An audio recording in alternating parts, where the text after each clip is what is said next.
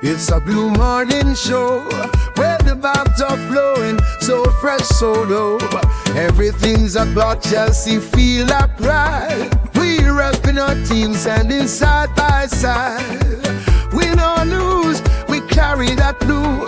Talk Chelsea, see Chelsea, it's all true. All them a cheer, them a cheer. Cheer, cheer, cheer, loud, loud, loud, no. All them a cheer, them a cheer. Cheer, cheer, cheer, cheer, loud as the crowd.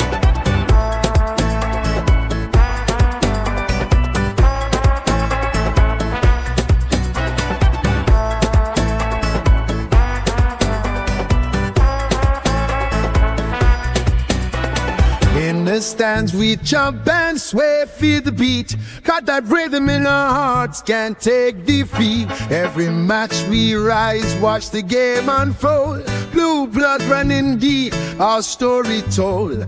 With every win we celebrate our crew. Chanting songs for Chelsea all day, it's true.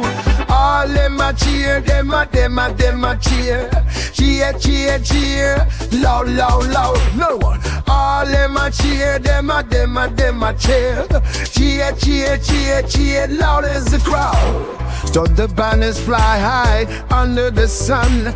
Every player on that field, together we run. With each kick we feel the passion ignite. For Chelsea our hearts shine forever bright. All them a cheer, them a cheer. Cheer, cheer, cheer, loud, loud, loud, no one. All them a cheer, them a cheer. Cheer, cheer, cheer, cheer, loud as the crowd.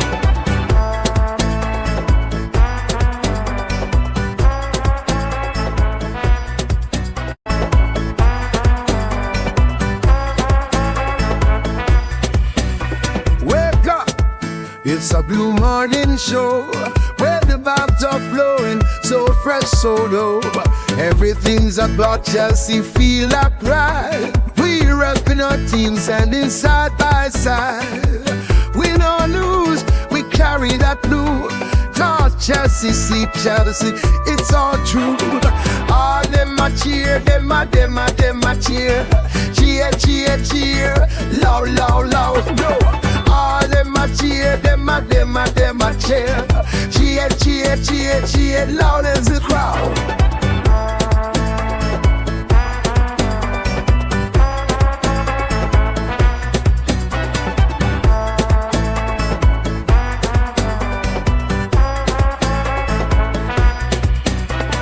In the stands we jump and sway, feel the beat. Got that rhythm in our hearts, can't take defeat. Every match we rise, watch the game unfold. Blue blood running deep, our story told. With every win we celebrate our crew. Chanting songs for Chelsea all day, it's true. All them a cheer, them a cheer. Cheer, cheer, cheer, loud, loud, loud, no one. All them a cheer, them a cheer. Cheer, cheer, cheer, cheer, loud as the crowd. So the banners fly high under the sun. Every player on that field, together we run. With each kick we feel the passion ignite. For Chelsea our hearts shine forever bright. All them a cheer, them a cheer. Cheer, cheer, cheer, loud, loud, loud, no one. All them a cheer, them a cheer. Cheer, cheer, cheer, cheer, loud as the crowd.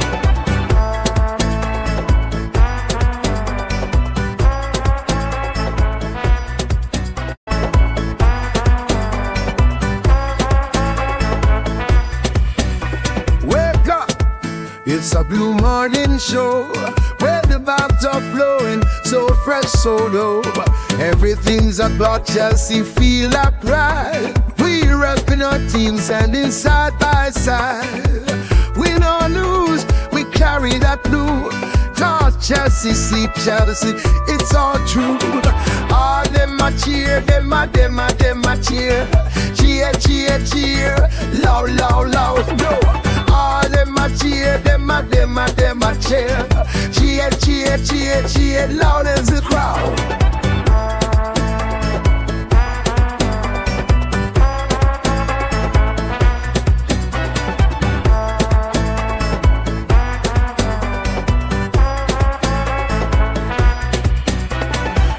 the stands we jump and sway, feel the beat. Got that rhythm in our hearts, can't take defeat. Every match we rise, watch the game unfold. Blue blood running deep, our story told. With every win we celebrate our crew. Chanting songs for Chelsea all day, it's true. All them a cheer, them a cheer. Cheer, cheer, cheer, loud, loud, loud, no one. All them a cheer, them a cheer. Cheer, cheer, cheer, cheer, loud as the crowd. Stop the banners fly high under the sun. Every player on that field, together we run. With each kick we feel the passion ignite.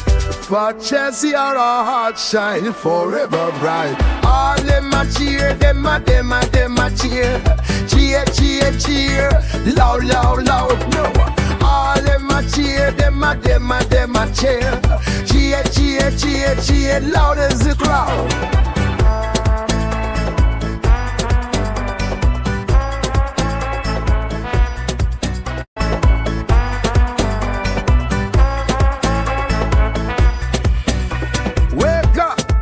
It's a blue morning show where the vibes are flowing, so fresh, so low. Everything's about Chelsea, feel that pride. We repping our team, standing side by side. Win or lose, we carry that blue. Cause Chelsea, see Chelsea, it's all true. All them a cheer, them a cheer. Cheer, cheer, cheer, loud, loud, loud, no. All them a cheer, them a cheer. Cheer, cheer, cheer, cheer, loud as the crowd.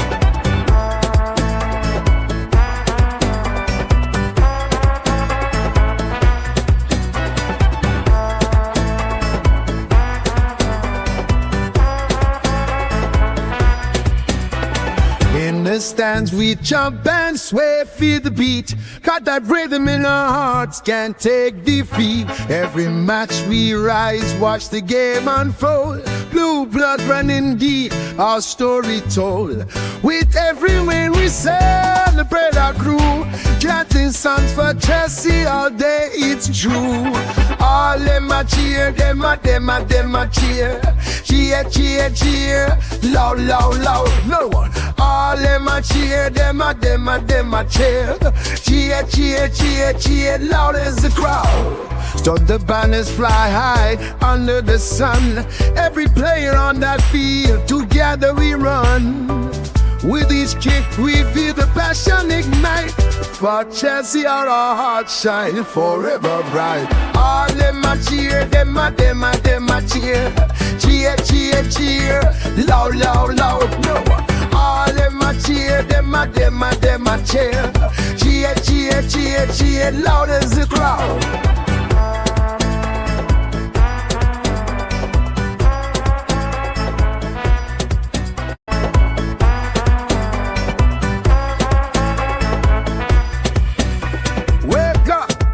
It's a blue morning show where the vibes are flowing, so fresh, so low. Everything's about Chelsea, feel that pride. We repping our team, standing side by side. Win or lose, we carry that blue. Cause Chelsea, see Chelsea, it's all true. All them a cheer, them a cheer. Cheer, cheer, cheer, loud, loud, loud, no. All them a cheer, them a cheer. Cheer, cheer, cheer, cheer, loud as the crowd.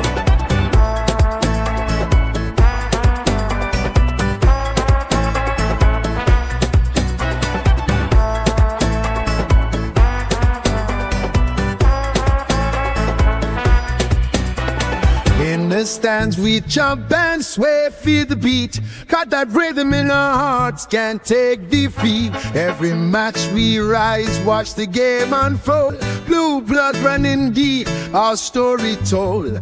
With every win we celebrate our crew. Chanting songs for Chelsea all day, it's true. All them a cheer, them a cheer. Cheer, cheer, cheer, loud, loud, loud, no one. All them a cheer, them a cheer. Cheer, cheer, cheer, cheer, loud as the crowd. So the banners fly high under the sun. Every player on that field, together we run.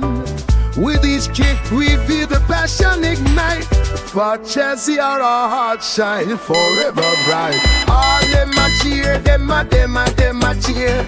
Cheer, cheer, cheer. Yes, good people, big up to all of you. Big up and thank you for finding the time to join us for another Blue Morning Show. I do hope you're all doing well. A good win for us yesterday, irrespective of who we played against. We won because, yeah, we had to win. If we didn't win, the talks will be how we played against a second division team and not win, or a championship team and not hit them. They're close to the bottom table of the championship, actually. But it was an excellent win, a dominant win, a statement win if you want, irrespective of how you rate them. The manager just had to win. And one thing that shocked me when I heard it from Jan from Football Therapy is that, the first time a Chelsea manager won their first game since Antonio Conte. Is that? Yeah, I think that's what Jan said. And a lot of things. I think we learned a lot from that game, and I want to hear from you. What did you learn from that performance yesterday?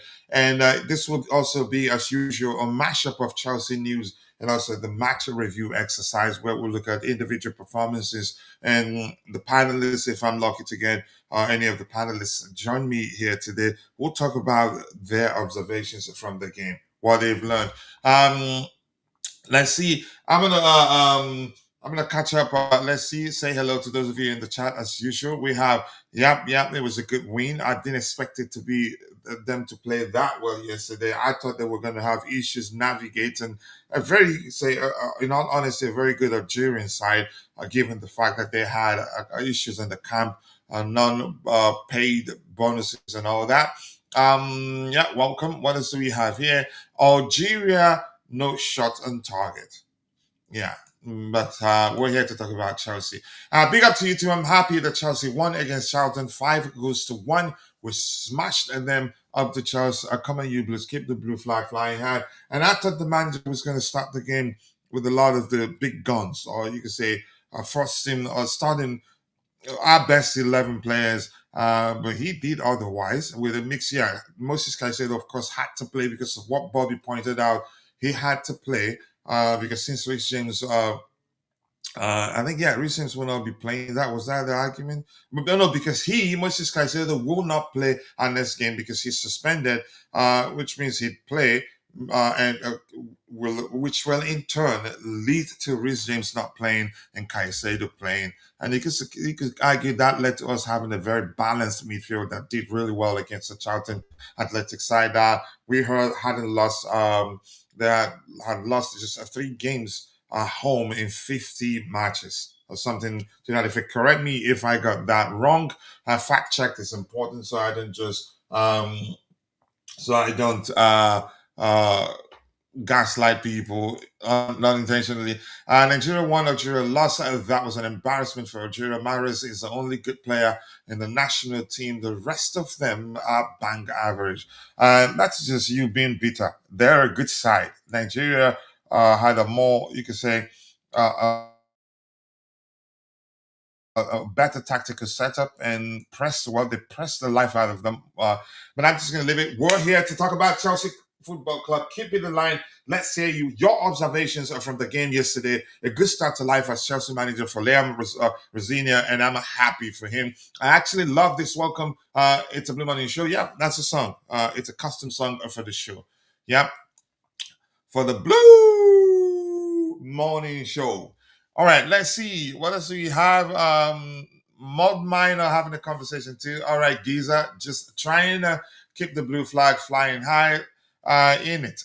Proper Charles through and through, always, yeah. Still sounding a bit mechanical in my opinion. But let's see. Mabas here, Gittins will thrive under Rosenior. It's just that our ex Maresca system didn't suit Gittins. Maresca made Gittins a touchline winger, which isn't his game. He's a goal scorer winger. Listen, irrespective of how you describe it, I just know that he will thrive under Rosenior. He was excellent to watch yesterday. He didn't get a goal, but yeah, he had a lot of good shots on target. Would I say all on target? But he had a lot of good shots, and he can create too.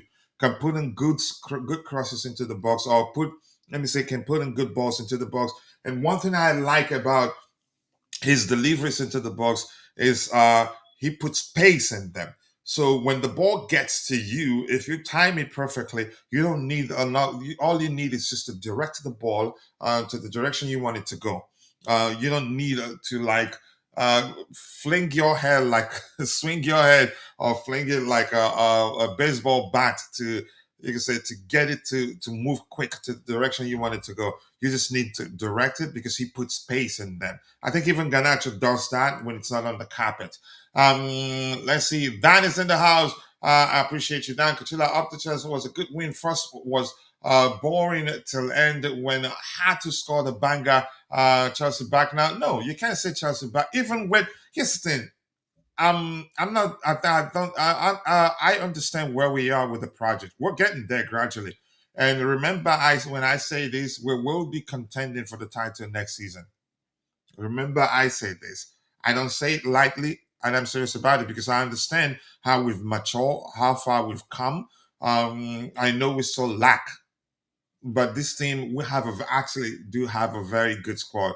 The complaint comes down to the you could say the Swan directors. You could say not signing um, certain type of you could say profile of players during the last summer transfer window. That got people infuriated. They're still angry about that. And had it not been for the recent run of bat forms, I don't think people will be complaining that much. But the recent run of bat form, bat displays led to people realizing, yeah, we could have done things, or remembering that we could have done things differently during the summer transfer window, and we did. So that infuriated them, leading to them planning a protest and all of that. But I can guarantee you that if we're topping the table now, irrespective of how we did during the last summer transfer window, nobody will be complaining that much. Tomidaya Oluwaraki, nice to see you, my bro. I greet everyone with respect. Big up to you too, my bro. I do hope you're doing well, and I appreciate you finding the time to join the conversation this particular morning. So I'm going to catch up with what we have in the chat and quickly return to the panel. We have our senior panelist who's joined me in Bobby. I want to hear his opinion, his observations from the game, what he learned, so we can talk about that while we're not going to go news hunting now. Let's see. Dan here says the second we played better. Hope we see more better as some of these players ain't good enough. Here's the thing. How good was Gittins yesterday? He didn't score a goal, but how well did he do? Be honest. I've always known he's a good player. Even Ganacho eventually will start to show people that he's a good player. He's not a bad player, but you can argue they're not good enough, but I assure you they are. It's a matter of finding a way to get the best out of them. And I think Rosenior being a good man manager and understands that, yeah, everything is not about tactics. Sometimes you need to find a way to get the best out of your players. I think he will. Garnacho would be good for us, especially against teams that leave a lot of spaces in behind. Just remember, I told you that you have every right to say he's the worst signing since 100 years. That's up to you. But I argue otherwise. When I see a bad player, I know. Some of these players ain't good enough. The Chaco brothers, Tosin and Badi, was a pair. Need a solid, good CB. And yeah, whatever you say there, I'm not into Blue out because it just won't work. But let's see what else we have here. And Vic says that Nigeria pounded Algeria like yam. They eat them like puff puff. A big up Kuchila. I didn't expect Nigeria to play as well as they did. That was because the news that was circulating that they the FA Nigerian FA owed them bonuses, promised them they didn't pay it. Then it wasn't Didi who paid it. Yeah, I agreed. He promised. Nah, not promised. He agreed to pay the players, which means he paid them.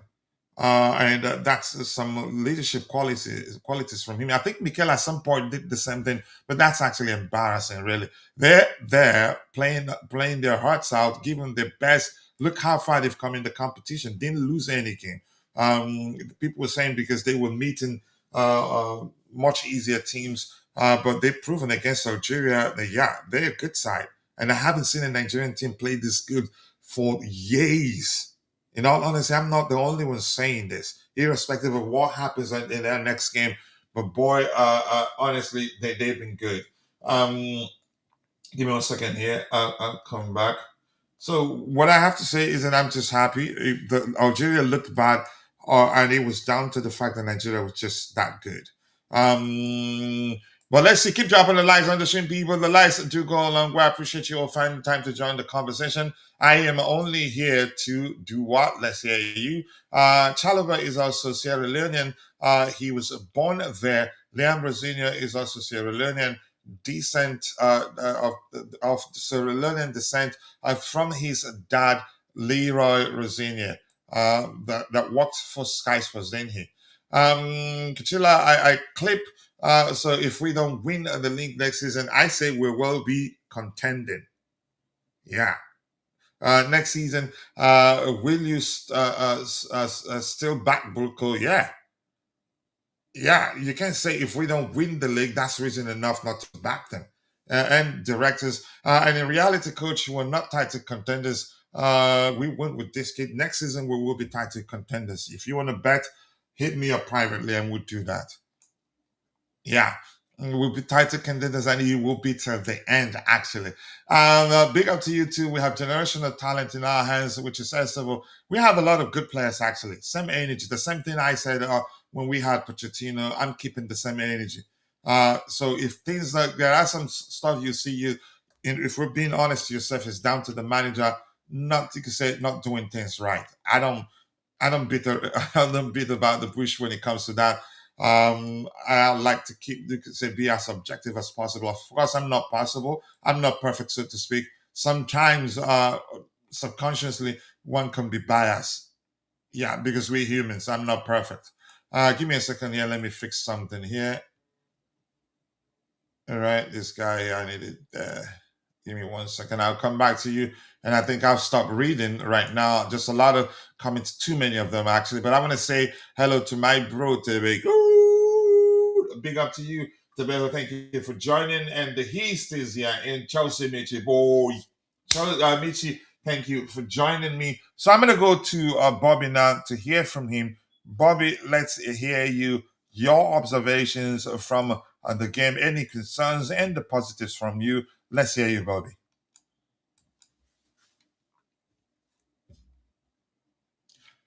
All right. Sorry, coach, can you hear me?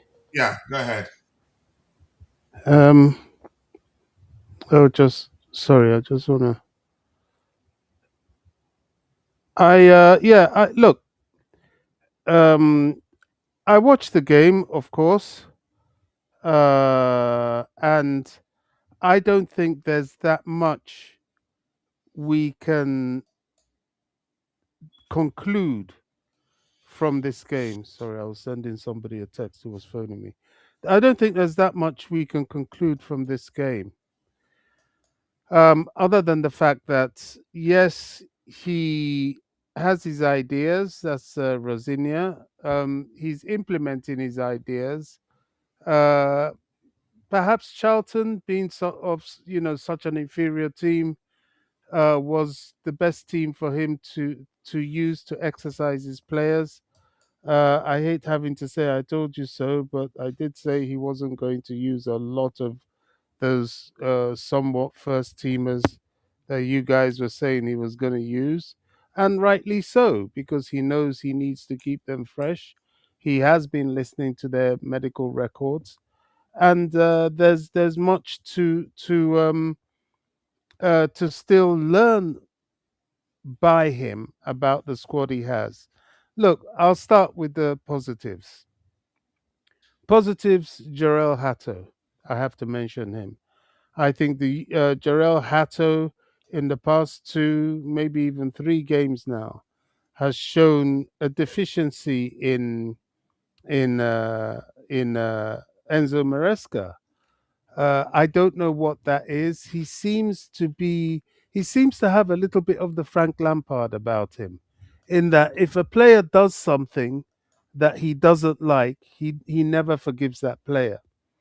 Jarell Hato had a stinker against Karabakh away, and he never forgave him for that ever since.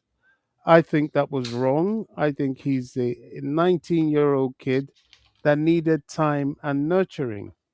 And if there's anything that we saw yesterday, was that definitely in the left back stroke left inverting stroke left supporting the attack position, he really is showing potential. And from there, his defensive qualities come in, like the block he made for a shot that Charlton took that was certainly going to either be an excellent cross or be goal bound. Another positive has been largely his speed of attack. He seems to be interested more than Maresca in getting them to move the ball quickly in the final third. The negatives still remain. I think Garnacho is an almighty negative. He's a dreadful player, coach. He cannot even take a corner Did you say the same first about the man Gitters? beat the first man at the near post. He cannot beat his man. He does not defend. He's physically inept in that he's just physically not there. Aerial balls, forget it. He does not contribute to this team whatsoever. And if you're hoping and waiting to have that luxury of a player who can give a fast break for you, well, good luck with that. He's just not it, and I don't see any hope in him. Maybe Rosenior will find a way of using him. Time will tell. But for me, no, he cannot score. He looks deficient. Neto, who has come under a lot of criticism with his performances in the last two games, still shows he's a goal threat, and he came on and scored. So He will Garnacho is always be. I'm not turning against Neto because a few fans turned against him because of a few bad performances, or no, you could say selfish the displays on the pitch. But go ahead, what you were saying, Bobby. but Garnacho is a massive negative.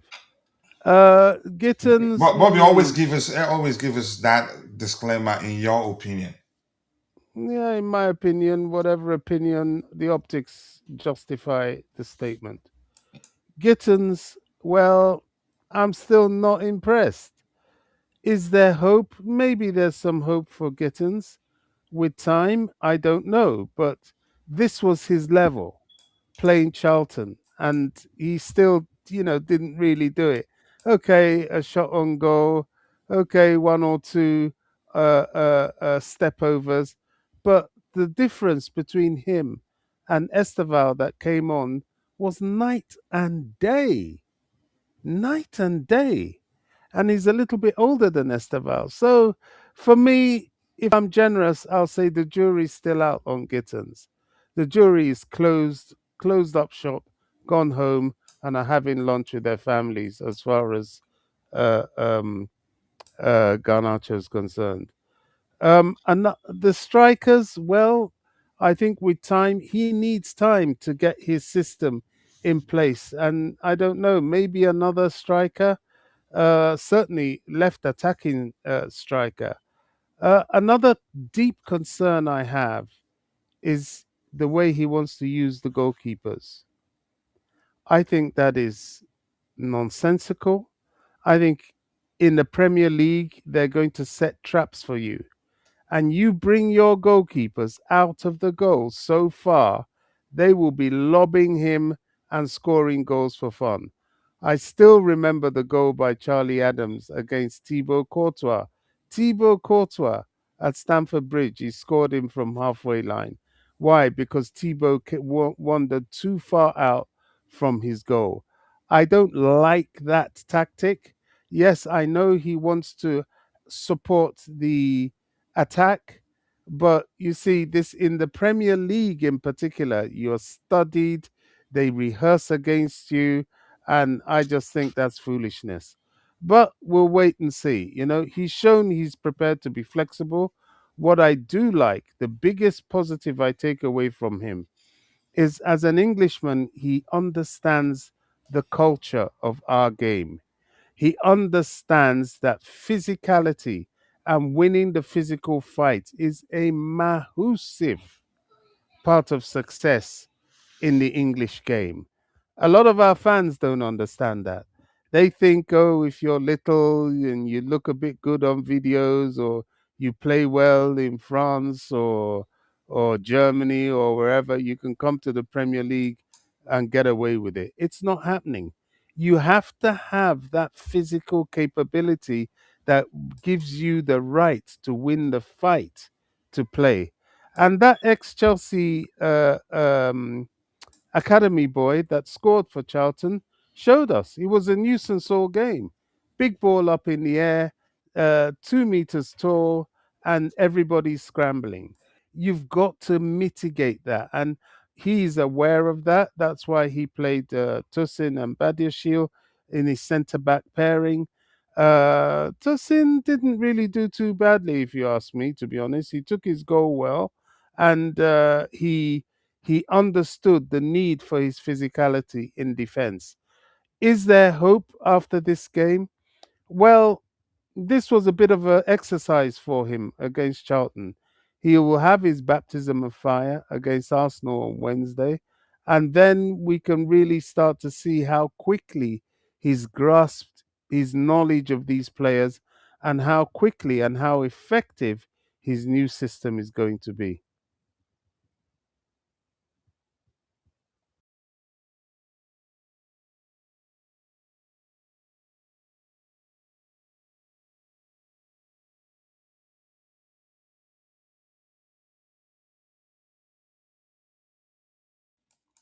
Jay, big up to you and thank you for finding the time to join us on the panel. I appreciate you. Let's say your observations from the game, negative and positives. What did you learn? Big up, coach. Big up, Big Bobby. up to you too, Jay. Big up everyone in the chat as well. Yeah, good one. A good outing. Happy with the result and happy with the scoreline as well. Would have been really good if we could have kept the clean sheet, but I think it doesn't really matter if we have scored. When we scored five, I think it's decent. I was actually, kind of getting irritating because we got a lot of chances in that second half, and I wanted the final score to reflect that. So it's good that in the injury time, I think we got 2 goals. So yeah, I think it's a decent result and it reflects what the effort was put by the team. I think Rosenior did well. He didn't really do a lot, which we speculated. It wasn't really a outright back three, which we were arguing with Dante as well, and I think the players are as well. A bit surprised by his use of Hato, but the thing is, he did that job well. I'm impressed with Hato.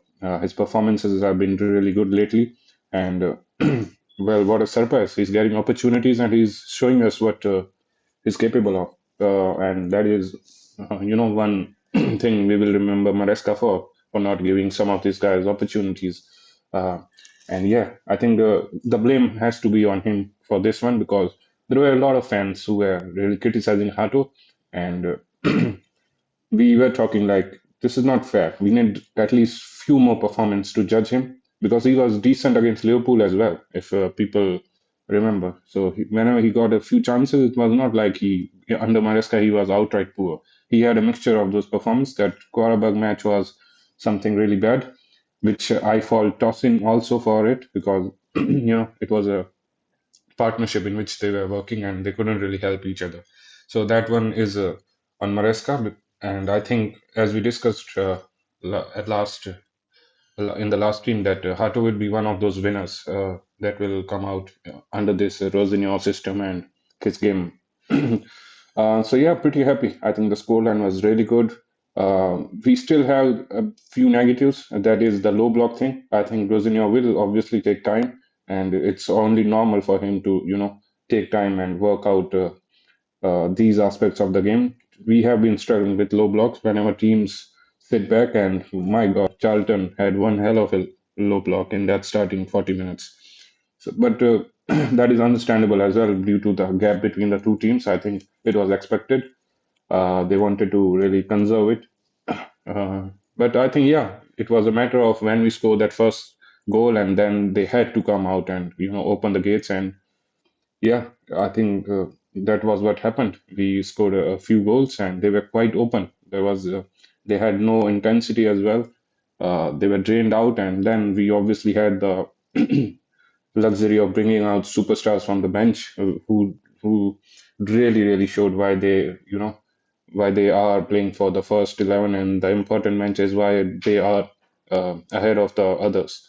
The difference is quite clear as well. I think the the fringe players, if you want to call them, I think they did a good job, especially defensively. Well, also notably that Charlton weren't really looking to attack us in that manner. I have no really big issues with Tosin. I think he did well. He got his goal as well. Wasn't really challenged that much defensively, but yeah, I have to say that the whole, all the three of Badiashile, Tosin, and Josh needs to do better, because that is another goal that we have considered from a set piece in the air, which is not good. I think for tall guys like them, including Josh as well, I think they should have, at least one of them should have covered covered the angles well, and we shouldn't have really let them score that goal. But can't really be too harsh on them uh, other than that. So yeah, I'm impressed as well. Esteban showed his qualities as well. Some of the players really well. I want to mention Gittins. I think that was wonderful performance.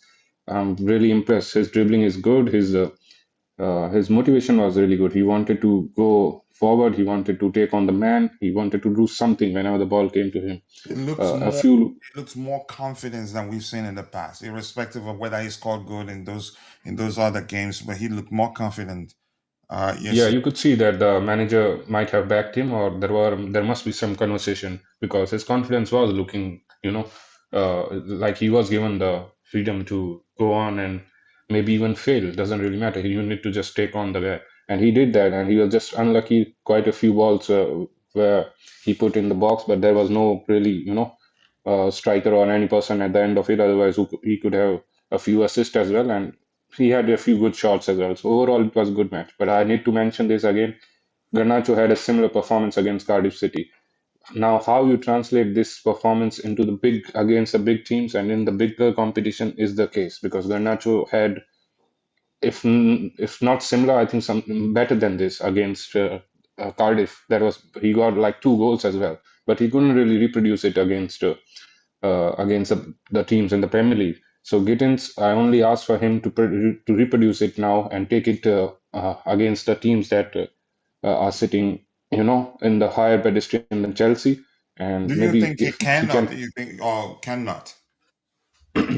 I think there are still a few things that he needs to work on technically, but the confidence thing is major. We all can agree that this guy is lacking in confidence. Whenever he's given opportunities, he can show it, and I think the confidence level really fluctuates whenever he plays against a opponent which is lower than Chelsea, and whenever whenever the stage is big or high, he does lack a little bit of he seems a bit scared. He tries to be safe. So I think the first thing he needs to do is maintain this confidence, and I think Rosenior will play a major role in this, because he will push the guy, and I will be the most happy person if he can produce this in the Premier League.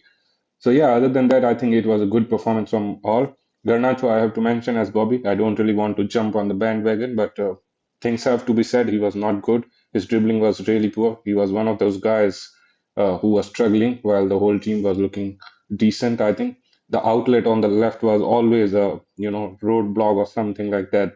Like whenever the ball went to him, you could just see him struggling, and like even the defenders were expecting him or his movement. So pretty much predictable. I think the second half was good. He got a few shots as well. Very unlucky that one of those shots didn't went into the goal. It was really close, and he got maybe the second assist, if you want to call it. I think the Gu goal was involved when Garnacho really put that ball in. So I think the second half was much better, but that first half was something to forget about. But if he can improve himself, look at maybe Gittins and some of the guys who have changed their performances.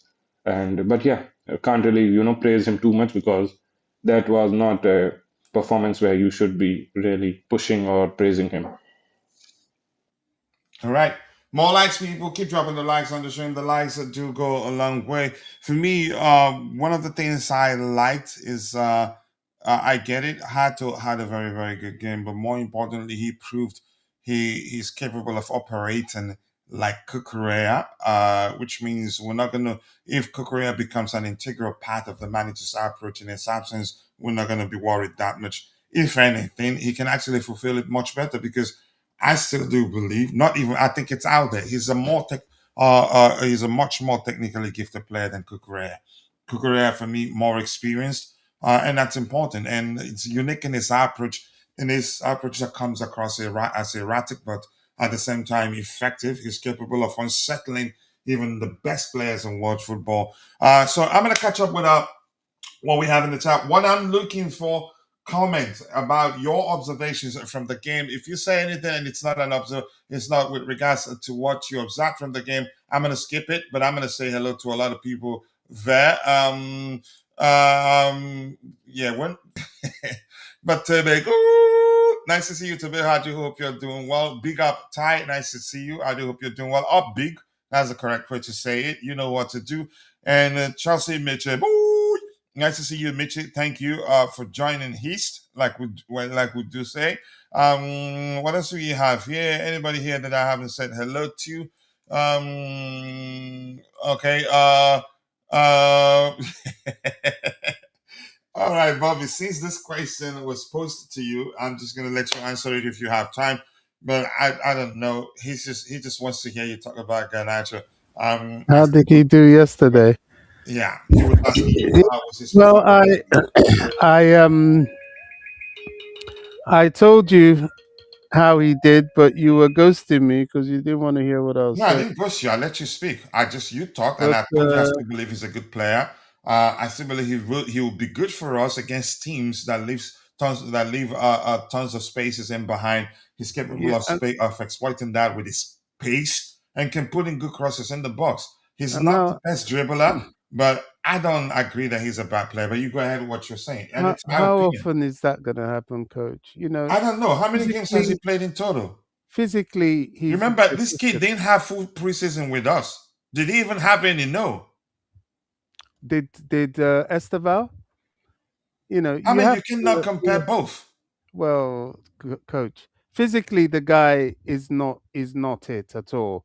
And if you're going to have a physical deficiency, then you make up for it with speed and technicality. Jaden Sancho was roughly about his size, but was far more effective. We don't even want to talk about Esteval. I think Garnacho is a waste of money. £40 million down the drain. He was being given ample opportunity to at least give us some hope. You know how much of a Chelsea fan I am. I don't attack my club that easily, but when I see nonsense on the pitch, I will not hesitate to call it out. He's not good enough. I don't think he ever will be. That's just a personal opinion because I don't, once anybody's out there and being given the opportunity, it could be up to them. They may change. But for me, right now, I don't see it. Yesterday, he was dreadful. He couldn't beat his man. He wasn't supporting the defense. Yes, once or twice he had the ball to run with. He ran into space and did nothing. He couldn't shoot. He couldn't take corners and beat the man at the near post. What was the point of Garnacho yesterday? Nothing. He was misplacing passes. He was awful. The thing that hurts me the most is we don't have options.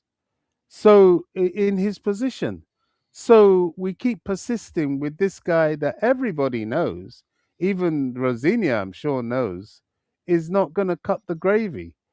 Now, will Rosinia be able to get the best out of him? Maybe if he gets him off the bench. But the trouble is, he's going to have to find an alternative to him on that left side. Gittens, well, he's clearly still developing, still developing. He played his level yesterday and didn't really rip up trees. So Garnacho, I'm sorry, for me, it's a no-no. That's fine, Bobby. You're entitled to your opinion. One thing I like about you, if tomorrow comes and he again, if it tomorrow he starts ripping up trees, you'll be the first to say, "Yeah, you said it," because it has happened before. And nobody's perfect. Absolutely, Yeah, absolutely. and that's why we're here. We keep an open mind. Listen, I didn't say he had a good game yesterday. I'm just saying he's not a bad player. I still think he will come good. I don't say that lightly. When I see a bad player, I know one. Something isn't quite clicking for him at the moment, but he's proven that, yeah, in some games, that, yeah, he's capable of reaching there. And Gittins, I don't agree that it was a matter of him playing at this level. One Premier League game, he got one delicious assist for Pedro Neto. He's created some good chances that we didn't take, actually. Didn't sign him for the sake of signing. We signed Gittins because he was one of the top dribblers in the you can say in the water football at the time. Plus, did well, was doing well at Dortmund in the Champions League and in Bundesliga. But we're entitled to our respective opinions, and time will tell. And Vic here is saying playing and winning against Charlton isn't wow. Who said it was wow in the first place? Nobody said that.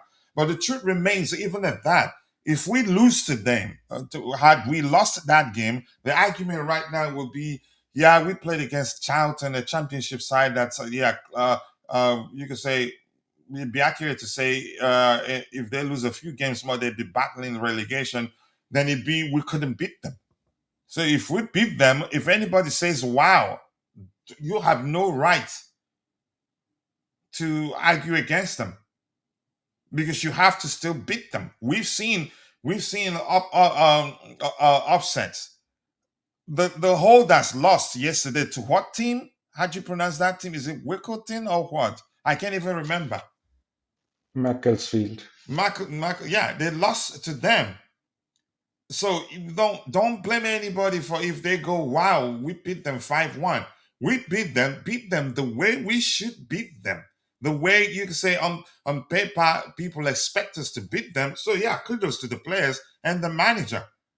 Some chances are you give that team to some manager, the selected team that probably will struggle to beat them. So I don't think it's okay if anybody goes, wow, you question them because he was Charlton. We have what is called underdogs. Anything can happen. We have to see the team against Brentford and Arsenal. Yeah, I agree, but don't please leave people alone to enjoy the win. And the question we're asking here: what are your observations from the game? Any concerns? Any positives for you? We didn't say, "Wow, that was an excellent win, the best win we have seen in 1,000 years." And the fact that it was Charlton, you can, because of that, play down the fact that, yeah, he's the only manager that won his first game since Antonio Conte. You can't say, yeah, but he was Charlton. No, you can't take that record. You can't take that away from him. But you get my point, Vic. I love you, but sometimes I feel like blocking you. It's a long way, but people will jump on the board support before even thinking. I think you're just overthinking it, really. Just let people talk about the win. You've heard the question. We want to hear from you, your observations from the game, negative and positives. That's all we're asking. Nobody here was screaming. It was that was an excellent win. It was still an excellent win, but nobody was. Haven't heard anybody here scream that on the panel. We looking at, for instance, how Yuri had to operate it. He showed, yeah, he can fulfill the Kukurea role effectively, and I think he's probably capable of fulfilling it even better because he's much more technically gifted than Kukurea. And I would say, just for respectfully say, yeah, that's my opinion right now, given what I know about the two players and how they differ. You can go check it out. and confirm for yourself whether I'm being truthful there. But let's see what else we have. Anything else? We won a challenge for the league. With our current CBs, we need God to save us, or we save ourselves. Houston, what I said is next season we'll be challenging for the league, and definitely will sign will sign a CB by that time, or maybe recall the CBs we have. Recall one of Anselmino or Mahmoud Safad. I think we'll sign one definitely out of those. Even with those two, we still sign one more CB. I'm not saying. Listen, when people were telling me to predict what the season, how we're going to finish the season, I was telling them no, I need to see more.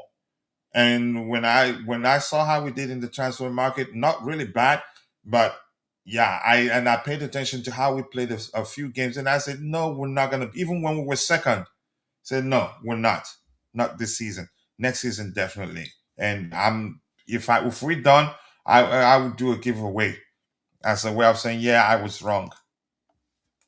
Let's see. Modmine, I'm not gonna read your comment. He was amazing. He's always been a good player. And I just want to touch on what Jay did say.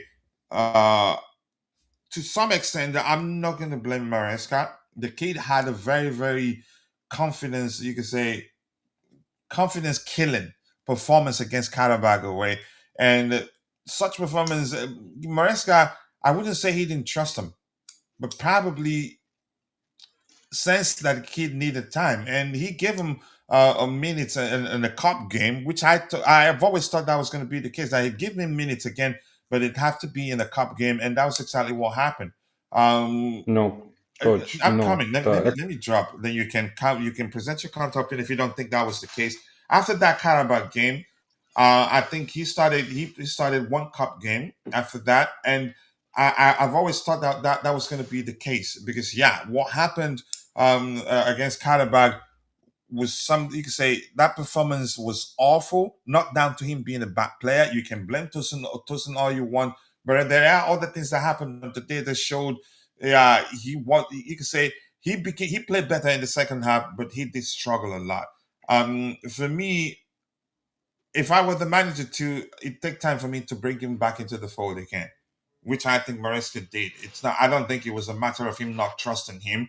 You could argue he didn't trust him to operate the way Kukurea did when he comes on in place of Kukurea. That I'd agree to with. But let's hear you. I think it's fair to, develop young players and to take care of them whenever they had a poor performance, such horrible performance like we saw against Karabakh. Then you need to take the player out of the, limelight and maybe put him to side for a while. That is only going to help him. But the extent and the amount to which we saw Hato, not being seen anywhere near was Remember, he at one not time he was justified. injured also. You remember that, right? Yeah, but he So if was you back. consider Like that he was. factor, I don't think, in my opinion, I don't think it's accurate to really say the manager didn't trust him. After all, he played him against Ajax. He played him in some other games too, and then he started against Karabakh where that what happened. So I'm not sure how it'd be accurate to say he didn't trust him. But go ahead with what you were saying. As I said, the extent and the amount to which we saw, Hato missing was not something normal. He was back on the bench. Yes, you're right, he was injured, but when he was back on the bench, from the bench, he was just like a name on the bench, not being used, not being anywhere near. So that was not fair in my eyes. And one part of that is there are other players also who made horrible mistakes, but they were given chances again and again and again. So why a different treatment with Hato? And I'm talking about some young guys as well. That is Garnacho, Gittins. You also got Estevao, who's had some stinkers as well in between. But he was given chance in the like 2 or 3 games after. So the partiality, I'm not saying he was like partial by his nature towards him, but the treatment was not fair. And now, since he's played 3 games, and wow, no Sherlock, he's been looking good.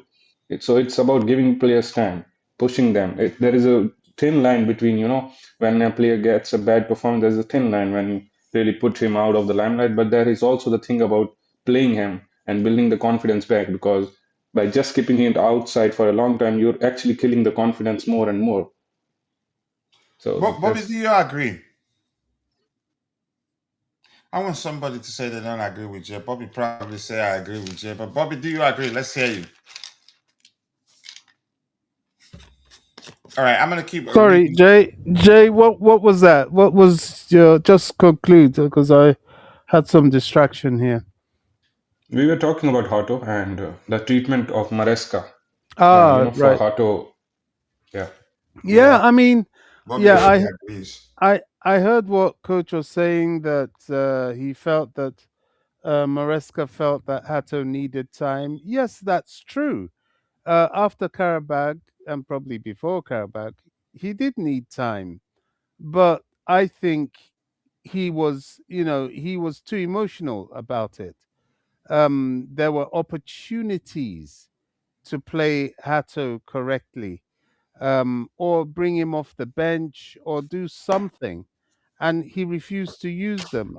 I've forgotten the game we played that he could have brought him on to help give Cucurella some respite, but he refused to do that. Now, maybe he was scared to. I don't know, but I think what Rosenia has shown us is that, or indeed, it wasn't even Rosinia, it was McFarlane that showed us, is that he was a kid who had his confidence shattered at Karabag. And when he came on and put in a good showing against Man City, he needed to then be allowed to continue the next game to give himself a boost. And that happened. And then by the third game, he scored an absolutely wonderful goal, a goal that probably you wouldn't get from Cucurella, because Cucurella's finishing isn't exactly anything to write home about. And I think from here on in, he's a player that can be nurtured. 19 years old, as long as you don't go and do something daft and play him at centre back, that will completely destroy him. You keep playing him in that position with time, getting him on the bench, off the bench, playing him in cup games, and he will hopefully be the player that we spent 40 million on. If that's what you said, Jay, then I completely agree. yeah. I think my whole argument is that he could have been given a bit more chances, and I think the opportunity was there. He was on the bench against Atlanta. He was unused in that match, and he was on the bench against Cardiff. He was totally unused in that match. We played Wolves and Burnley in between also, and he was on the bench and he was not given chances. Yes, these are Premier League clashes, I understand, but we know Wolves are terrible, one of the worst Premier League sides That's really right. in the history. So these are the matches where he could have been trusted, and he was Yeah. there on the bench. Certainly Cardiff, if not even Wolves, but certainly Cardiff. So yeah, you're right. He was on the bench for Wow, Cucurella to be playing. wow, Bobby. Jay is right. Okay, that's all I can say. Yeah, yeah. We're waiting for your boy Dante to come. He will All always right. chip Yep. in. I said our attackers are not considered. That's the issue, most likely. But I think here's something else I observed yesterday. I don't know if it was just me or Jay. Did you see that too? We were shooting a lot from outside the box, and that's another way to beat a low block. Did you see that too, Jay, or was it just me? No, that's true. That I can agree with, and that And that really will help wasn't us a lot. happening. Yeah, we didn't do that much under Maresca. We always No, find it to be right. We tried to be again intricate a lot more. You said navigate the bodies and get into the box, put a cross in on the. But we were shooting a lot, and a lot of them you could argue one target. Actually, the goalkeeper had to. Uh, uh, you could say just parry it, and or just punch it, and we got a rebound goal. Yeah, people are talking what are the differences, main differences that you saw that is exclusive to Rosenior and different from Maresca. I think the approach in the later half, in the last few maybe 20, 30 minutes, that was a whole difference. We, after getting the second or third goal, Under Maresca, the approach would have been totally different. And under Rosenior, there was a constant. I would actually say the game actually improved. We were more and more targeting. The players were looking to, get more goals. Like the penalty came in the very last second. So that just shows the difference. I think Maresca is a bit more pragmatic. Whenever we are winning the game by maybe one goal or two goal, he wants to In solidify that it case, is and it wants. pragmatic in terms of, you could say, how we were shooting from outside the box, or you could say, I'd say we were Yeah, trying, that we try a lot to be a bit more intricate, like navigate the bodies, get it into the box on the carpet, put it away. But yesterday we were shooting a lot more. But go ahead, what you were saying. Yeah, I look, didn't mean this this comes from discipline as well. Maresca doesn't really likes. Personally, I think that I can be wrong as well, but I think he didn't really like and when players really wanted to shoot. I think the problem is not in shooting. The problem is losing the possession. Whenever you're trying to shoot from outside and on multiple occasions, there is a chance that most of the time you will lose the position, the opponent will get the ball again, and they will now counter you. So I think that is where Maruska really hesitated, and the players maybe were not given that much of freedom. The main thing is you can attack, but attack in group, attack in patterns, so that you can keep the possession for a longer time. Shooting from the outside of the box can give you more chances of goals, but Yeah. there is also the half And at side that some you are point we going to get lose the very good at possession. scoring from outside the box too. Yeah, so that is some difference in the philosophy as well. And we wouldn't win this game 5-1 under Maresca. I think 2-1 or 3-1 is where the whole team would shut down. I think that's one difference we can take. All right. Once again, what we're looking for here is your observations from the game. Every other comment I will skip because we have 125 comments to get to, and there's no way we get through. I'd read all of them. I will read a few. Scroll to the very bottom of the your contributions in the chat, and then we go news hunting. Let's see what else do we have here. This here from Jude Oladipo Meso. I appreciate you for finding the time to join the conversation. Of course, the CEO of Chelsea FC, Jingles. He says, "Good morning, coach, and everyone. The coach understands that the English game, which one of the reasons why I wasn't say I changed my stance and currently not too concerned. He understands he needs to change things around. It's if he plays the same way he played at Strasbourg and not tweak things." To adapt to the Premier League would be in trouble, but I think he's smart enough. The coach understands the English game and also watch more tactical approach from other leagues as taught by his dad. I hope he makes his approach, he simplifies his approach. I think he will. Here's the thing. I'm gonna say this: a lot of things. He has a lot of things going his way. He's a good man manager. He has, you could say, excellent emotional intelligence, because if you don't have good emotional intelligence, it'd be difficult to get people to like you, let alone buy into your ideas. You could say players around him are always happy, except if you're not good enough. He finds a way to make them enjoy playing for him. You have a lot of independence to express yourself on the pitch. But whereas there are basics to his approach, but you have the freedom to express yourself. I think that makes a whole lot of difference. And I really enjoyed watching his Strasbourg side, and was only concerned about him not being pragmatic enough, because I've seen them lose games from winning positions, games that they're dominating, actually, that you'd say, yeah, they're definitely winning this one. So yeah, let's see. Jay, somebody wants you out, and I'm happy with that person. Tobeo, another one on my side, not on the side of you and Bobby. Big up Ebro, my bro. Nice to see you. Just recalled Nicholas Jackson post outcon. Why has he been sitting on the bench for Senegal? What went wrong? I'm not sure. He scored a brace in one of their games, but I think he hasn't started for how many games right now? I don't know why. But that's by the way. Do I think he comes back to Chelsea? We've talked about that. I don't see that happening, because a lot was said from his camp and the club too. I think it's a broken relationship, and it wouldn't make sense. I think the players we have will soon start firing on all cylinders. The signs that the lap also, even again the two games he played, even before a lot of people started, we did see that yeah, he's showing up. And I know people usually don't look beyond the physical aspect of his how he applies himself on the pitch, but the lad is actually a highly technically gifted player. But of course, the focus will always be on the physical aspect of his application on the pitch. Let's see what else we have here. Keep dropping the likes on the stream. The likes that do go a long way. Maresca beat Barca 3-0 some weeks ago. Don't get carried away. Nobody is getting carried away. You're the one overthinking it. We all know, yeah, it was Charlton. I expected us to beat them. And a lot of people expected us to beat them. But the truth remains, had we lost that game, I think they'd be slating the manager.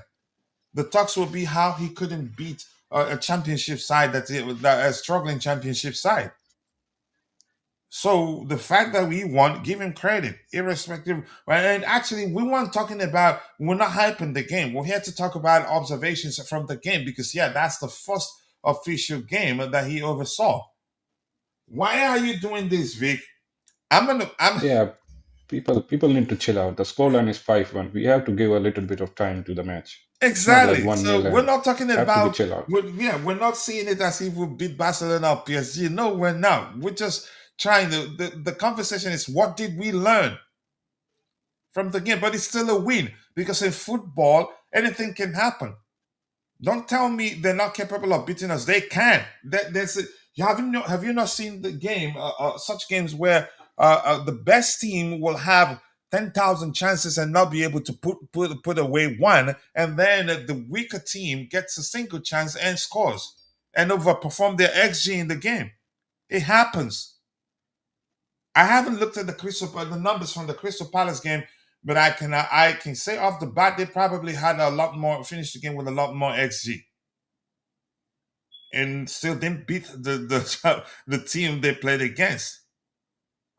So can we not just take it for granted? But that's not what we're here. We're here to talk about what we learned from the game. Okay. So one from Abbas, and then I'll scroll past and find a lot of people to read their own comment. It's still 137. It's growing bigger and bigger. I might just have to scroll to the very bottom. Kuchila, no English manager has won the Premier League since it was introduced in 1992. The last English manager to win the top flight was Howard Wilkinson with Leeds United in that is 1991-92 season. Here's something I'm going to say.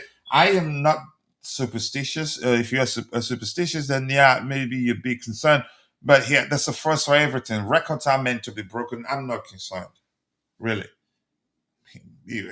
I am not, and I'm being sincere about that. I don't know if anybody on the panel want to add to that. People have been mentioning that, but I'm not concerned. In all honesty, anybody? All right, let's see. What else do we have here? And Vic says, I've never understood why Maresca is a better coach for the youth. I said multiple times that he set them up for himself rather than playing to their strengths. I can't believe I'm agreeing with you to That's a a good certain extent. comment. I loved Maresca, but I'm agreeing to a certain extent given what I know right now. Go ahead, Bobby. No, that's taking your term. That's a delicious comment. Yeah, it is. Yeah. Yeah, I agree to some extent, but even though I don't like Vic, I just have to agree with that one. Given what I know right now, it was always about him, not necessarily about the team, really. He did a good job. I give him that, but dang it, I feel disappointed. If Rosenior wins the Premier League a title with Chelsea next season, inshallah, he will become.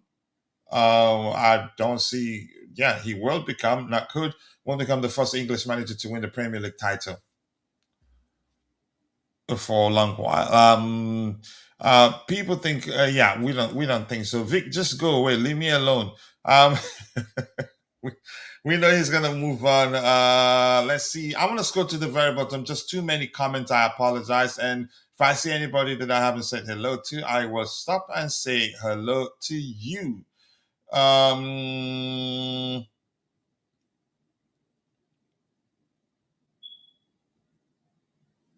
Okay, because because I said Ganacho is not a bad player, so Social Kisman said Coach Out got no clue about players' abilities. Ganacho is not Chelsea quality. That's a different argument. I said he's not a bad player and will come good, and there are tangible reasons, in my opinion, not tangible, solid reasons to say he needs time. Didn't have a full preseason, didn't have any preseason with us. This is still his preseason, and for me, I don't think it's been as bad as a lot of people make it out to be. But that's just my opinion. I'm entitled to mine. You're entitled to yours. But of course, yeah, coach out because I think Ganacho isn't a bad player. But thank you. I appreciate you for joining, and you're entitled to your opinion, bro.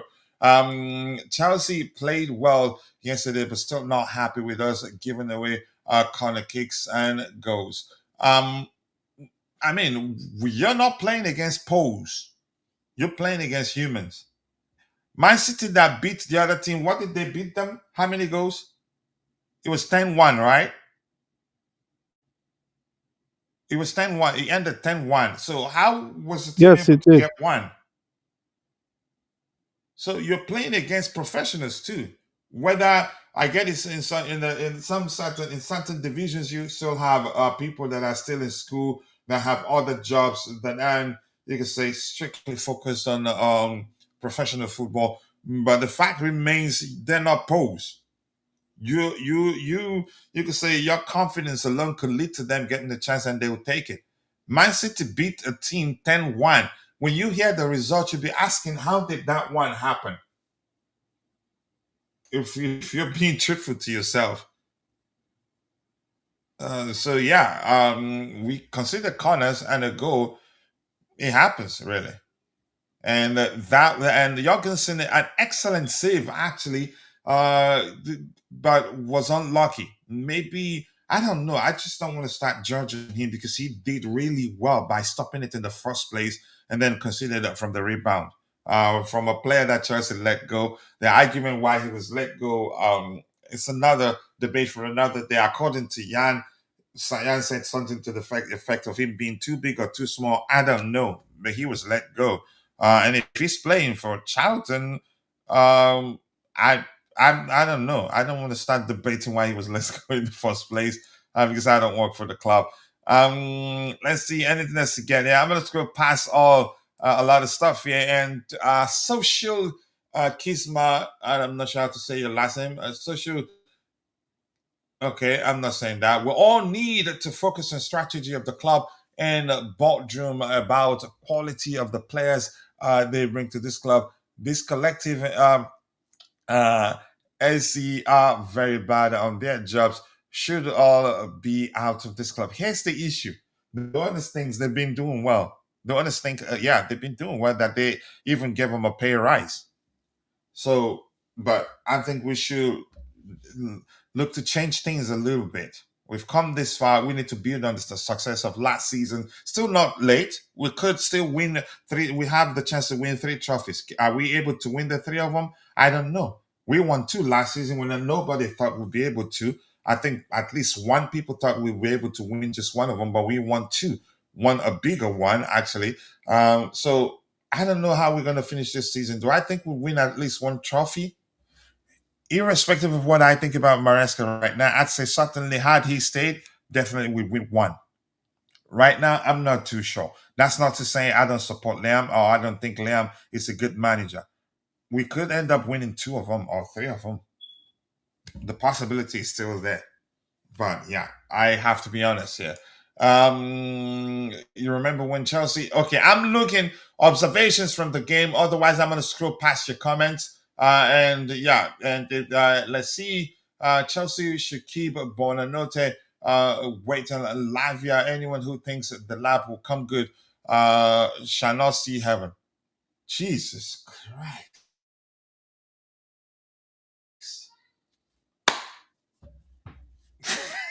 Oh my goodness. I have never seen such. Wow. Oh, that is extreme. My world. That is seriously extreme. But yeah, okay. I still think the life will come good. And I'm gonna see heaven. All right, but thank you for that. Right then, okay, Mod Manor, and I have my sister in the house here. Matisse is back the winning way. What? Claire of Maresca, but that's who is this? Mufti, but Mufti, who's is this the United fan that's always in the chat there? I'm not sure who that is, but we wait until we play Arsenal, then we can get a feel of how good this new coach is. Nobody is saying I win against Kenya a revolutionary, saying that I win against Charlton reflects how good it is. We're just discussing observations from the game. What did you learn in terms of we're trying to get a good idea with regards to how we'd be playing, but he's very flexible. So one game, I don't think, one game alone, I don't think will be enough for us to say we certainly will be playing this way. But we want to hear your observations from the game. Nobody's saying that game alone justifies how good a lot of people have been saying he can be or is. I'm not sure what else to say. Let's see. God the Frog says, this was a relegation struggling championship team. Quite frankly, it took far too long to break this side down. Did we break them down? Yes, we did. Did we beat them? Yes, we beat them. So mentioning that they're a championship team doesn't really make sense in this case. It doesn't matter. Crystal Palace, they could say the current holders, they're lost. Yeah, have you not seen games where the better team created tons of chances and not able to score when the weaker team gets one, scores and wins? It happens all the time. So, but we're not here to discuss who we played against. We're here to discuss observations from the game. Jude says, yeah, yes, Bobby Coach and Dante shares the same football philosophy. They will not mind asking goalkeepers to support in the midfield. You know, these complex tactics they love. Here's the thing. I don't like saying it go away to you because you're my bro and I love you that much. But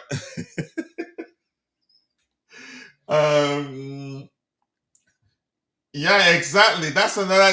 Thank you, Jay, for mentioning that. If we're going by that logic, but that's not how football works. You respect every team you play against. That we talk about Charity FC, and yet we complain when we beat teams, beat them convincingly. We start saying it was just Charlton FC, and if we lose, it will still be we couldn't beat Charlton. So when we beat them, just shut the heck up and just talk about the win. But we're not even, you could say, vibing to the win for lack of a more relatable language here. We're not celebrating the win. We're here to talk about our observations. What did we learn? What from the new manager? It's really that simple. But people are putting it like we're here popping champagne and celebrating the win. That's not what we're doing.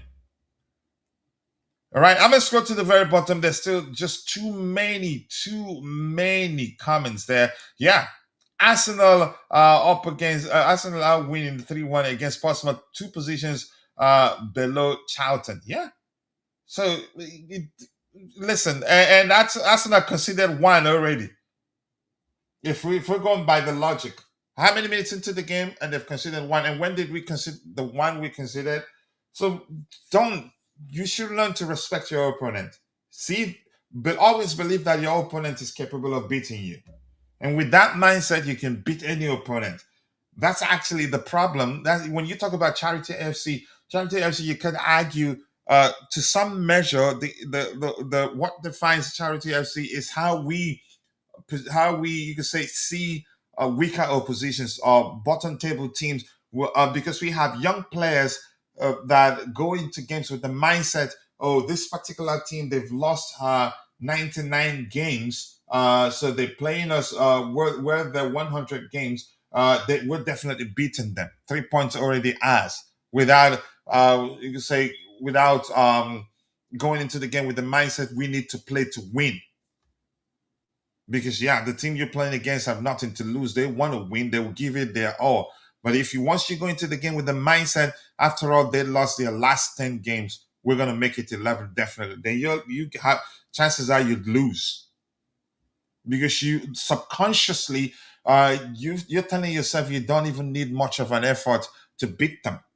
So that's a dangerous mindset.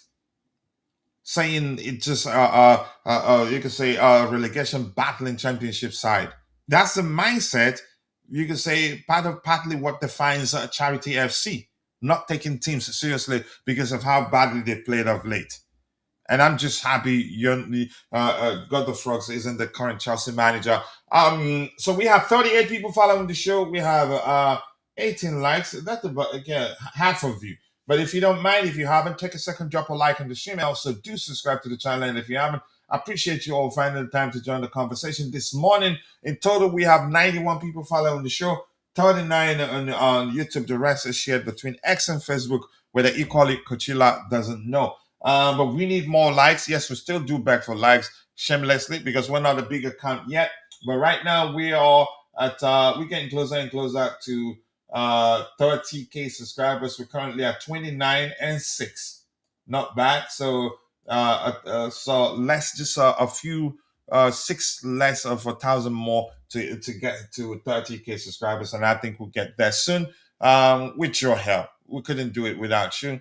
I told Andrea Santos was not aggressive enough. I don't know. I didn't pay attention to that aspect of his game, but he was good. I think he will be playing a lot against under this manager, his former boss at Strasbourg, who knows him very well, knows what he brings to the table. Another player you could argue, Thomas Tuchel, Enzo Maresca maybe didn't trust that much. So I want to see your observations from the game. We're gonna go news hunting in a bit. Okay, Dan having a good conversation with my boss. That's the way we operate here. When we have certain panelists, we don't, you can say, invite. We have a group of panelists, trusted panelists. And by the way, we're going to do a giveaway very soon.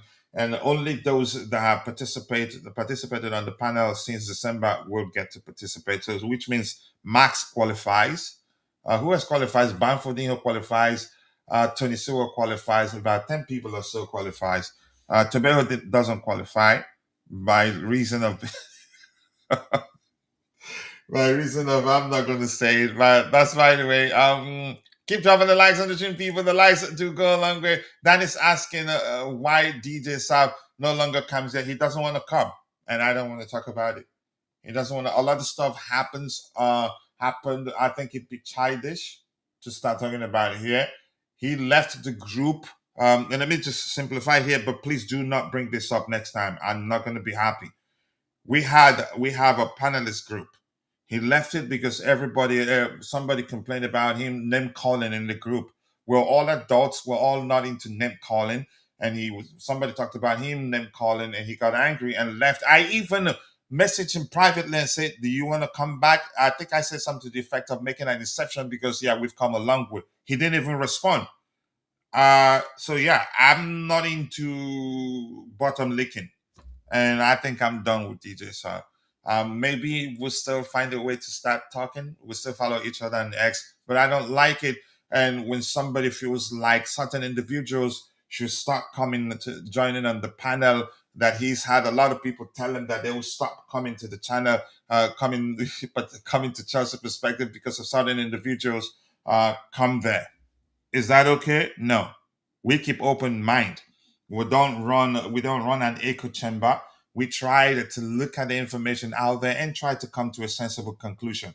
But in certain channels, if you go there, I think I'd be proud. I'm proud to say certain channels, if you go there, you clearly see that's an echo chamber because the opinion is one way. And if you are in the chat, if you disagree with the panelists, sometimes they block you. But we're here. We keep it open. Your opinion matters. Whether you feel like you say Todd Bowley is a thief, the only thing we do is say, "Can you elaborate? How is he a thief?" Then I'll let you know if I feel like he's not a thief. So that's how we operate. But DJ isn't happy that everybody on here isn't owners out. Yeah. So, but please don't bring this up again. And I promise you, next time somebody brings it up, I'm not going to address it. Big up to you too, Mazda93. I appreciate you finding the time to join the conversation. He said, "Big up, coach, everyone. Big up the lads for the last night of professional performance. Happy for the French players." That is something you can say. That is another. You can say another delicious comment. There's something called professional performance. Winning disrespect them. We played how we needed to play, irrespective of whether we are the better team or not. We went into that game with the mindset we just have to win. It doesn't matter whether they're coming from the 10th division. So I think I need to applaud this game, this one. Where is it? This needs a fire. Oh, it needs confetti, really. I'm not sure what happened with the sound. Okay, this time it works. That is a very, very delicious comment. There's something called professional performance in football. That was exactly what that was. And when when we don't apply ourselves in a professional manner, we usually play poorly against this sort of teams, bottom table teams, mid table teams, because we take them for granted. Let's hear you. I want you to talk about that term, professional performance. I think that game was won. I'm not really raving about the game, but the professionalism was great. We knew we had to win, and we played like we want to win. Let's hear you. Yeah, I can agree with that, coach. First of all, I think the structure was good. We were not like disrespecting them by, all guns blazing, just going on, 10 attackers, just two players, including the goalkeeper sitting, and everyone else just trying to take the chances. It was not like that. I think we prepared for the game well.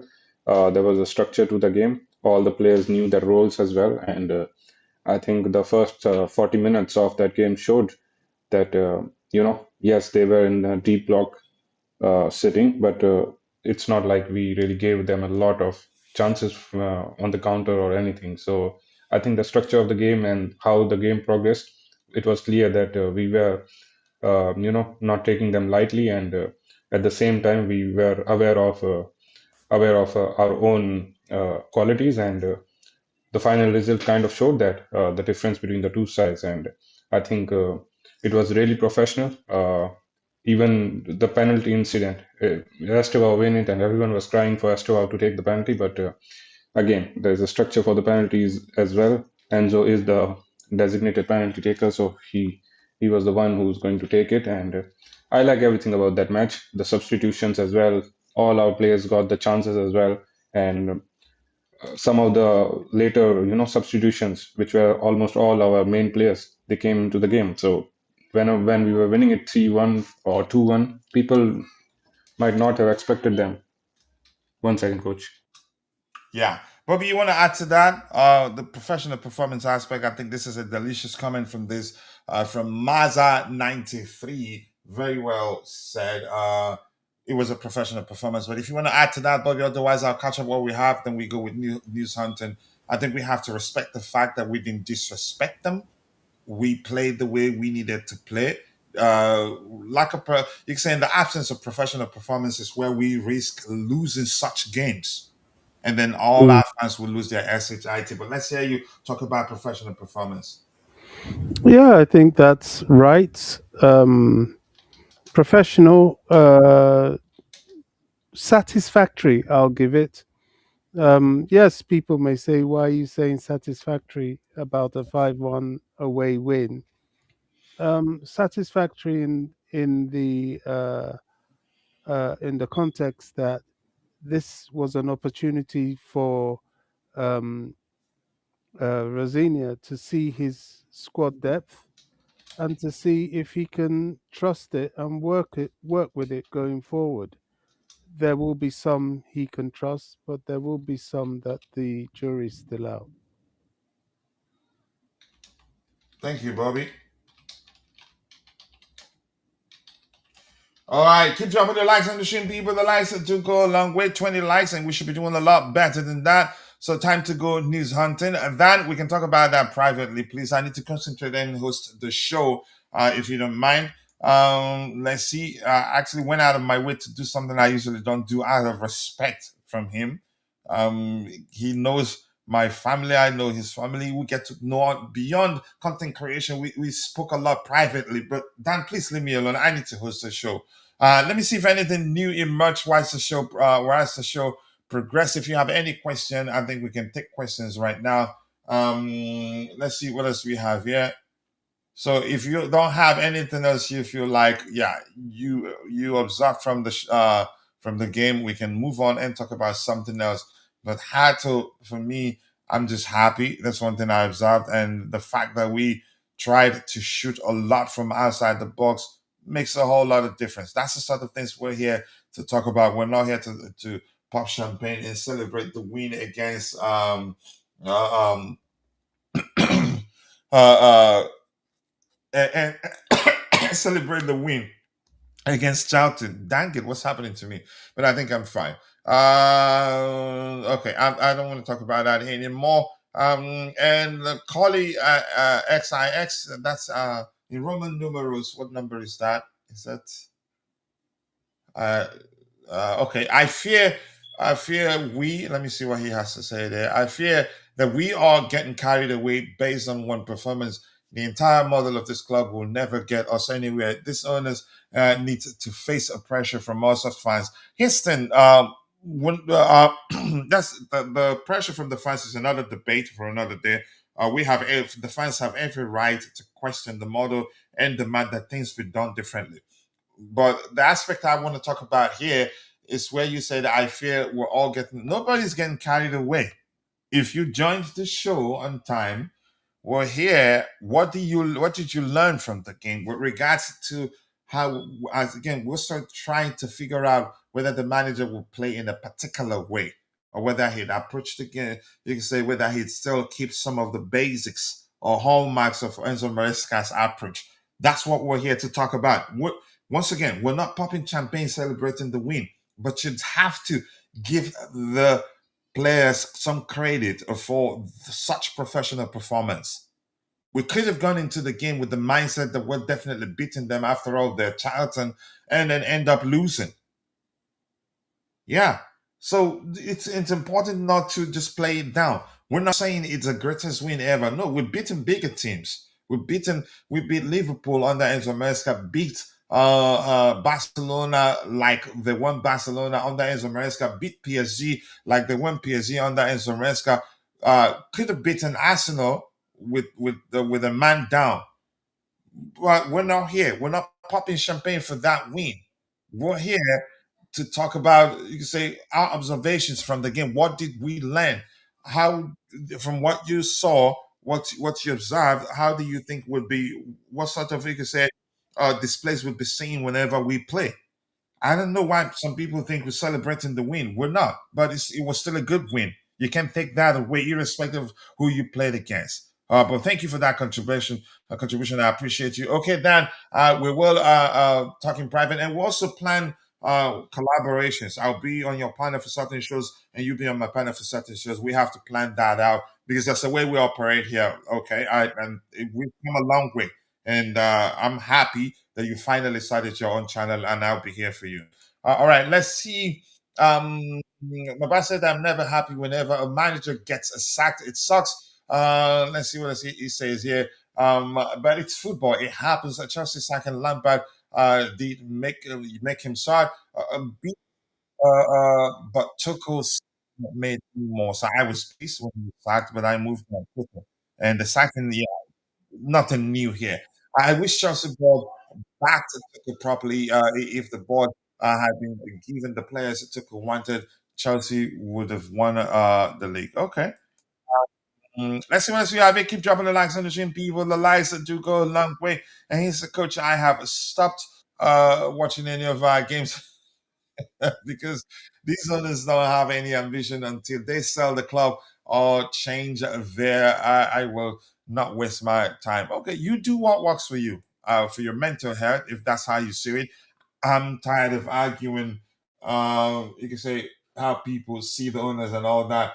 I'm not saying they're the best. I have some questions. I'm not their biggest fan either, but I know they're not going anywhere, irrespective of how what anybody thinks. So let's go news hunting.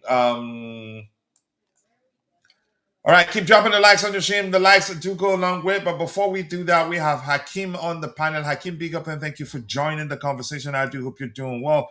Let's hear your observations from the game, negatives and positives before we go news hunting. Since you've joined.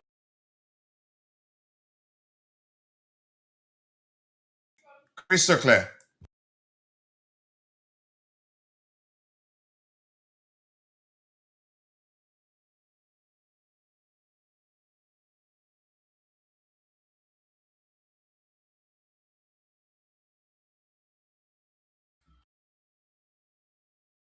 Has a poor connection, so we lost him. We'll wait when he comes back. When we comes back, we'll hear from him. But we're gonna do something while we wait for him. Okay. Let's see what else we have here. Um, Okay, Joe Cole is on this side right now. After saying he's a no, something that suggests he sees him as a nobody. But I don't want to read his comments anyway. I'm looking for post game commentaries from the manager. Uh, Liam Rosenior, it doesn't, it's not pronounced as the S sounds. Here says, I think this club, I feel them are winning.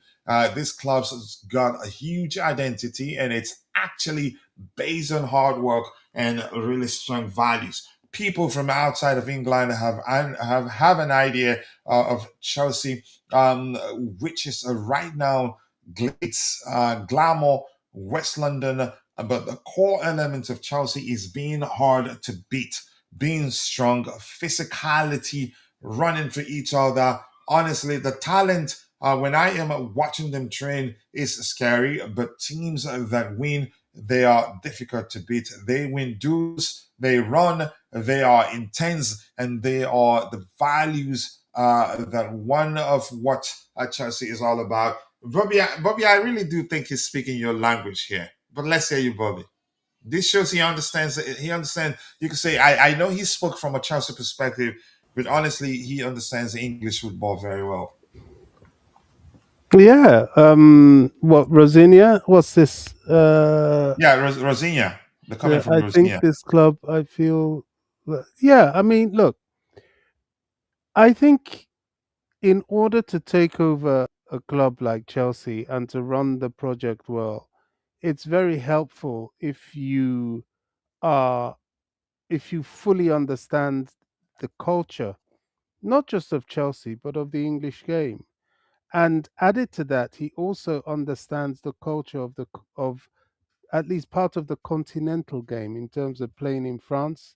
And everybody knows how the Champions League and these big competitions function. Um, the blueprint for Rosinia to become legendary is right there for him to take. His ideas, his flexibility of ideas is going to be crucial. Will he be able to do it? Well, we're all, watching, hoping, and praying. But definitely, he speaks in the right way, and if he acts like he speaks, then we're in for wow, one heck of a ride, honestly.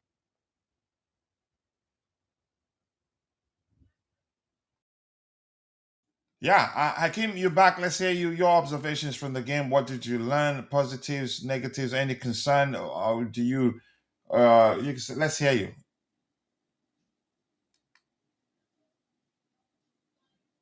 He's gone again. Bobby, were you still speaking?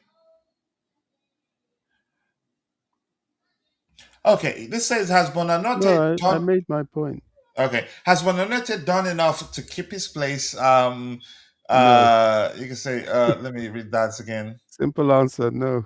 No, I would say no. I remember even before we started seeing him less and less. We did have a lengthy conversation at the time when we talked about, you can say, how well he's done. We talked about how he's come across. You can say, uh, very good football, good interchanges with his teammates and all that, control and all that. But the output itself, yeah, wasn't good enough at the time.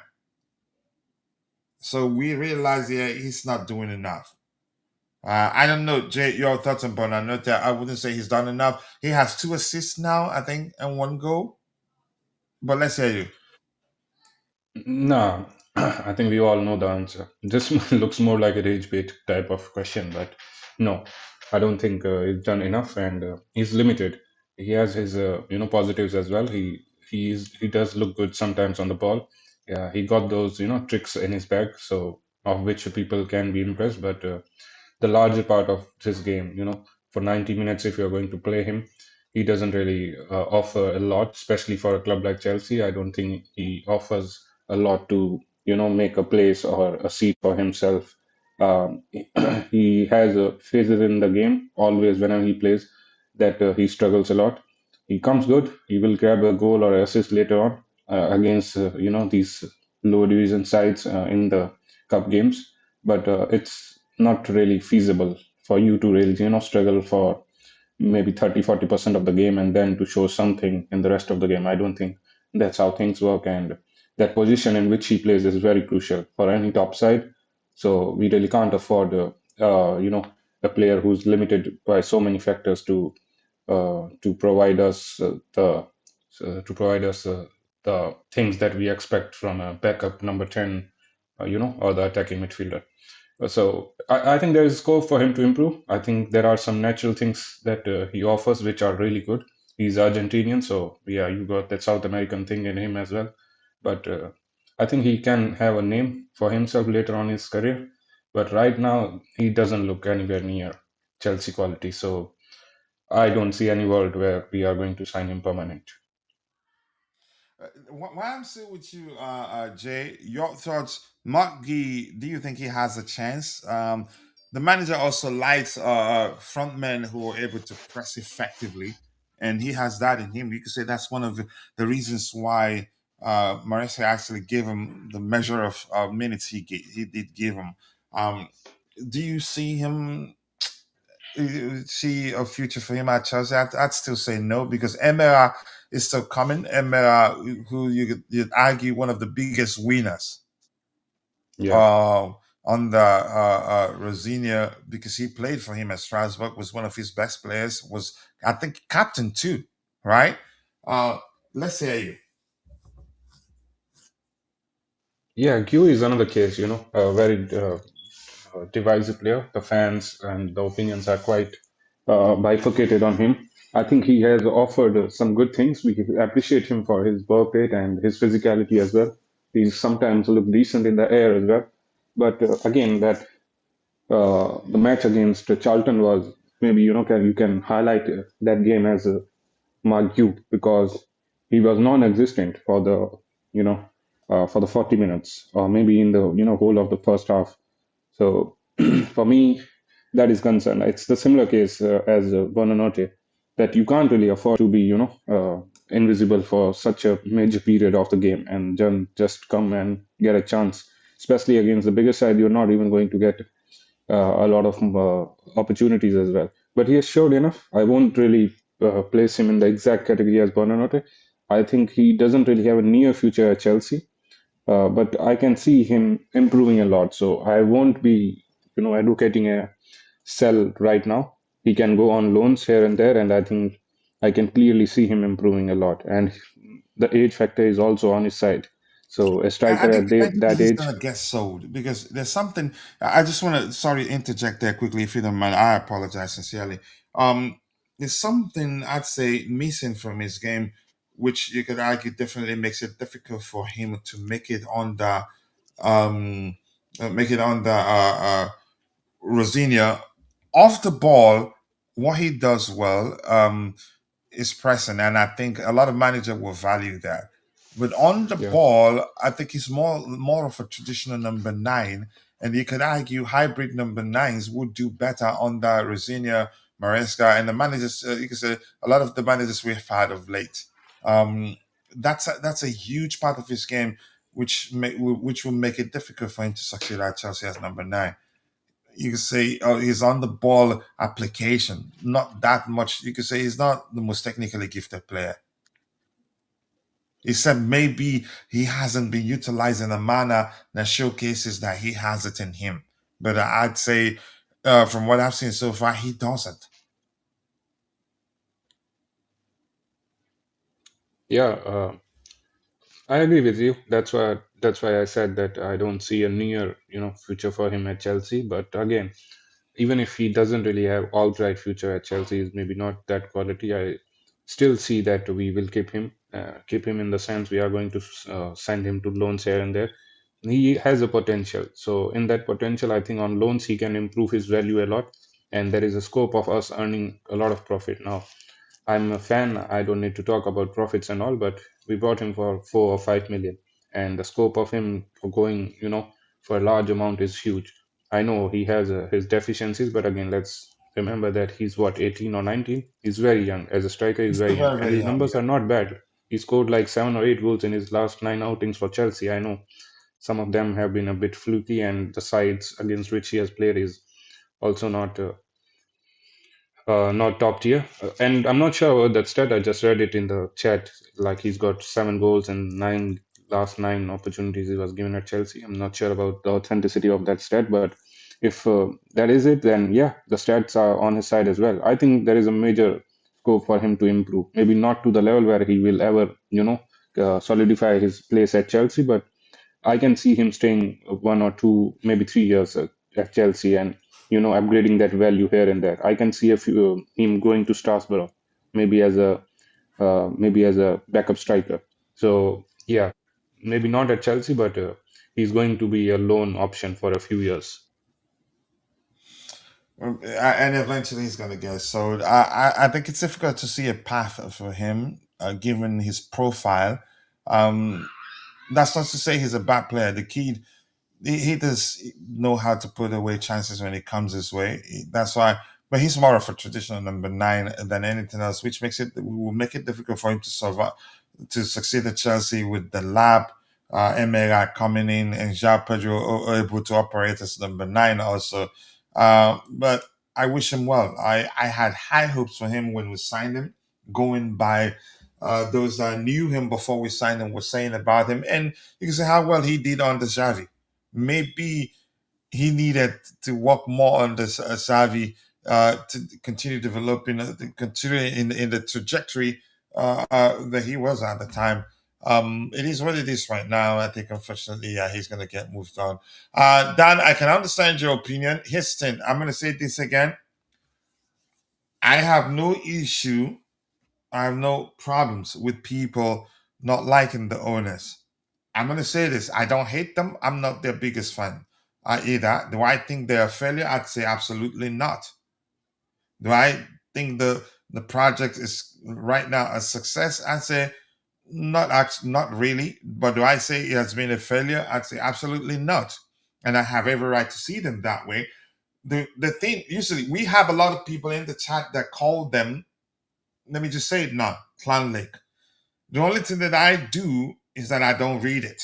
When I see it, sometimes I don't read the comment, or I'll just, you could say, find a pseudo name for it, use it, or maybe just call them, say their name the way it should be said, and read the rest of the comment and then respond. That wasn't the case. And as I say, we'll talk privately. You have we see that every day. We don't have to agree. If we all agree, then we don't have a show. If we all agree, then something is definitely wrong. You disagree when you have smart people in the room. It's really that simple. I like debates because there's always something to learn. Even I'm not sure how it's to phrase it. I don't want to say that what what what came to my mind because some people will probably see it as me having a dig at them or saying that they're stupid. No, even even if you when you feel like you can learn from. Let me just say you can learn from anybody anytime. I'm not sure what else to say. So please, um, let's see. Keep dropping the likes. Let me There's, see people. The likes do go a long way. Go ahead, Bobby. Were you saying something? sometimes, reasoning is not even an option. There's a mindset that will keep regurgitating this, and it's not even worth the engagement because it's not going to change.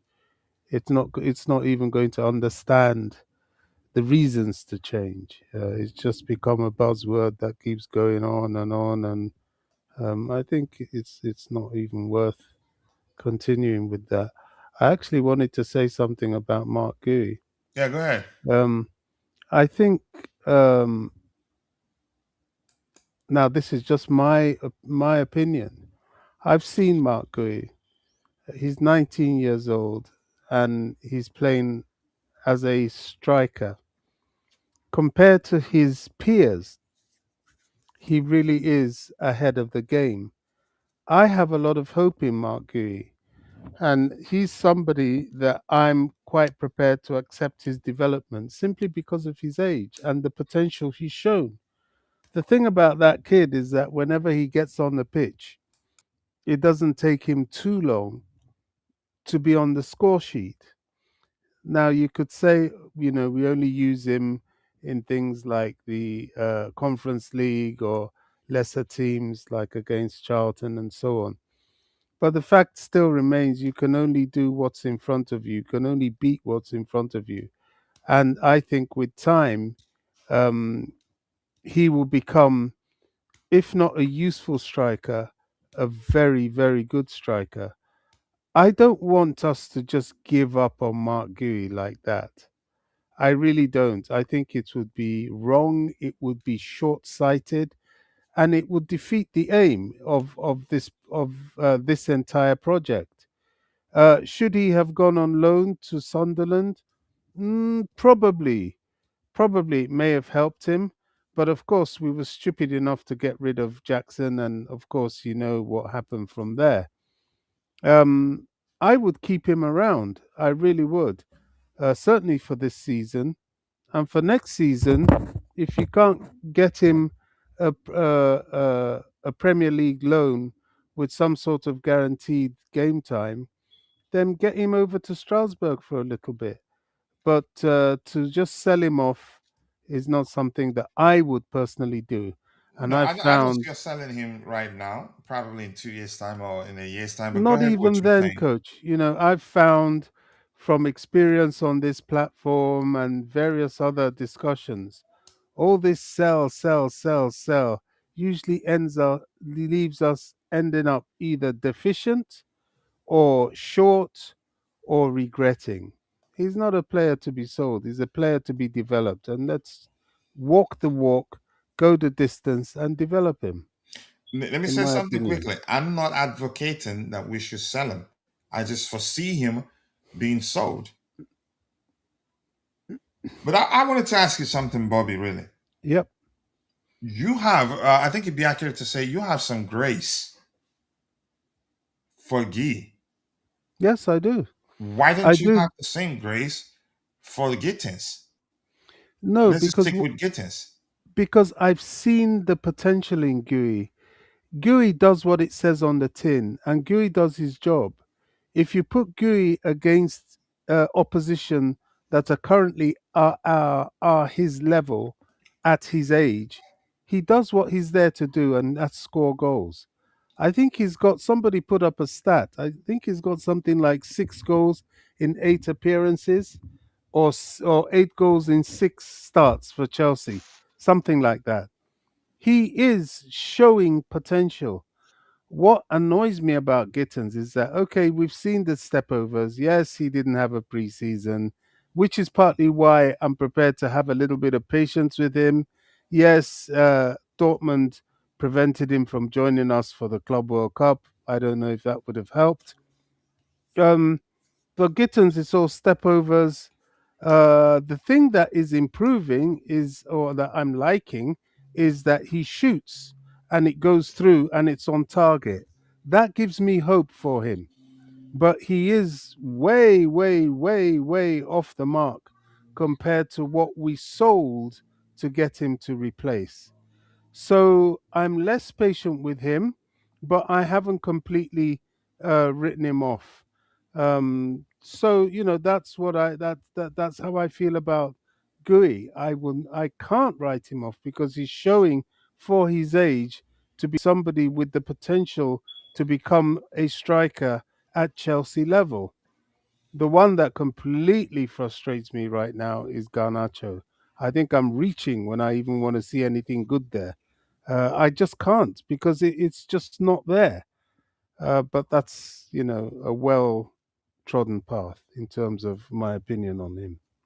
All right, totally I understand. I I just wanted to find out how you view them differently. I think Gittins is a I more think complete player. I know they play in different positions, different profiles, but Gittins is a more equipped, way more equipped yeah. what's his name, Marky, in my opinion. But they're not the same. They're of different profiles. But yeah, that's my opinion. But I But understand the where you're coming from. Go comparison, ahead if you are still speaking, Bobby. Jay. Okay, Jay. um, I don't think the comparison is fair, coach, because one play costed us 4 or 5 million, the other costed like 55 or 60 million, close to that. And one was meant to help us in the, bigger games in the Premier League. He was a starter, or, one who's going to provide us immediate help. And the one is nowhere near. He was like purchased because his value was there. He got a release clause. So I don't think the expectations of people can be similar, because the reality of both of them were quite different as well from the day we purchased them. Okay, that's another way to see it. Guy was signed, I think, for £8 million or so, or is it euros? I don't know. But he was very cheap. He was an Yeah, opportunistic signing. yeah, We market realized opportunity. that yeah, he's looking to look back to leave Barca because he wasn't too sure he'd getting enough of good enough playing time given the Xavi's sacking at the time. But that's by the way. Rosenior says that I was watching the Club World Cup final as a fan. Yeah, performance against PSG is like 100 degree heat, and they run and they have to say Maresca did a fantastic job. It's not up to me. I don't know what happened for me to end up in this position, but there was a lot of good work that's happened before I come. It's actually very helpful to me. I am walking into a really good group of lads, which actually has been even more exaggerating than feeling from being being in with them the last 2 days. So I am in a good place with them, and I think they will buy into me. They've seen on the training pitch, not just me, but my staff, what we are about in the meeting as well. And I think they are quite excited now that they've got to know me. Um, I'm not concerned about him being able to communicate his ideas to the players effectively. I think he's an excellent communicator. He's the charmer too, and he knows what he's doing. Um, I think if all those things fall into place, I think he'd do well. But it's a good thing to see that he values the work that his predecessor Maresca did at Chelsea, not looking to throw them away, looking to build on them. And you could argue one good sign being how he utilized Hato. They do that in some games at Strasbourg, but how he utilized Hato showed he's not looking to reinvent the wheel. I think he will build on it. We'll see slight changes, but I think he will build on it, which would you could say will make it a lot easier for him. He'd be stupid to try to make drastic changes, which means it take time for players to adapt to his approach. If he does that at this stage in the season, we'll probably, you could say, be more no different from him experimenting, and which could lead to us struggling to the end of the season. So it makes sense. Everything I'm hearing suggests that yeah, he's not looking to throw away the work that Maresca did at Chelsea. He's looking to build on them. Jen, let's hear you add to that before I go to Bobby, and let's get his opinion. Yeah, I think first of all, I think Liam is much more fairer and kind of considerate to Maresca than a lot of us fans. I think he's very respectful, and he does give him the praise that he deserved. He's mentioned it a few times now that Maresca has done a really good job with this team already, and the basic principles and the ideologies are very much set with this team, and that just shows you the work that Maresca might have put in developing these players. Uh, so yeah, and as we talked about, that he is going to build on the platform that was built by It, Maresca and it just makes sense to make drastic changes. sorry. It just wouldn't make sense to make drastic changes. No, not at all. Especially as we discussed that he's not a back three manager. He's not a rigid manager. It's not like he has been playing that system throughout his life, or or a one system formation. No, he has tried different tactics and different formations throughout his coaching career at Hull City, as even under even as a assistant under Rooney at Derby County and then at Strasbourg. So he's a very versatile manager, and hence there was a scope for him to really, be flexible with Chelsea. And he does believe in the same principles, almost all the same principles that Maresca also believes. There are obviously a few changes to what differs them, but I think he came here, he saw the team, he saw the performances clips, and met the players as well.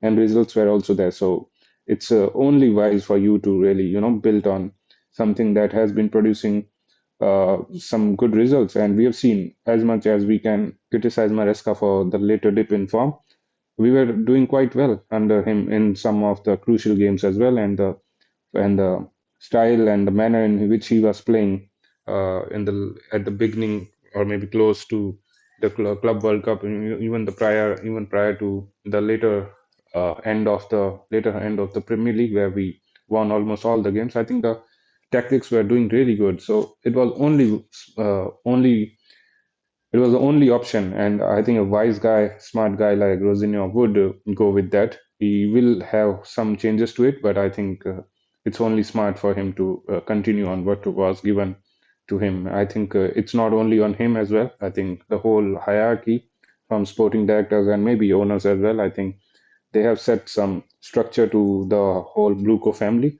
This is one thing that I do give them credit for, because I think they've sought out something which is very crucial in the long term. That is trying to implement one philosophy. So they thought about it for a while, and now it's kind of giving them the fruits. And it's always good. We have seen the disruption a lot of times at Chelsea, that a manager leaves and a new manager will come, and the whole whole structure, ideologies, everything that the players and the club were used to would be thrown in the bin, and something new has to start. This is something that we have to praise the sporting directors and the owners for, that the disruption in style is not going to be too much, if at all. And yeah, yesterday's match was one fine example of seeing not too much changes to it, but he does do a bit things to the Maresca system which improves it, and we are only going to get the benefits of a benefit of this whole thinking that the club has put down, and I'm impressed with that. I do agree. I do agree that he will add to it, and the things he will add to it will improve it. I think I agree. Like shooting from outside the box, more importantly, like you can say more focus on intensity to ensure, yeah, that carries throughout the. You can say it's sustained throughout the duration of the game, and not just first half and then fall off second half. I hope to see that, but it gives me hope that he's flexible. He makes sense. He's a very smart guy. Bobby, what do you make of that particular comment of his suggesting? Yeah, he will just build on what he'll build on Maresca's work and not try to reinvent the wheel. If you're still there, Bobby. All right, while I wait for Bobby, big up to you. Shay, Wendy, nice to see you. I do hope you're doing well. I appreciate you finding the time to join the conversation. My sister, he says, big up. Uh, uh, yeah, you shared the same fate with Bobby, and when it comes to Mark Gee, okay, we'll see. I'm not pushing for him to be sold. I just feel like I don't see any viable path for him to becoming, you could say, what's the language I'm looking for? A mainstay. Yeah, the first team. I think eventually he's going to get sold. It's just my opinion. That may well end up not being the case. We'll find out. Tell Living Sports. We wanted him, right? We wanted Matisse Tell, but he didn't want to come to Chelsea. We wanted to sign him on a permanent, according to the rumors at the time. Whether those were lies or not, I don't know. But let's see. And the world and 66 says, let's hope that he gets the opportunity that Coventry could offer. We'll see. More likes, people. Keep dropping the likes on the stream. The likes do go a long way. He says, Kachila, I thought you don't like. Why? Why wouldn't I like my sister? A very good person. I like Wendy a lot. Batista didn't want to ruin his career by signing for Chelsea.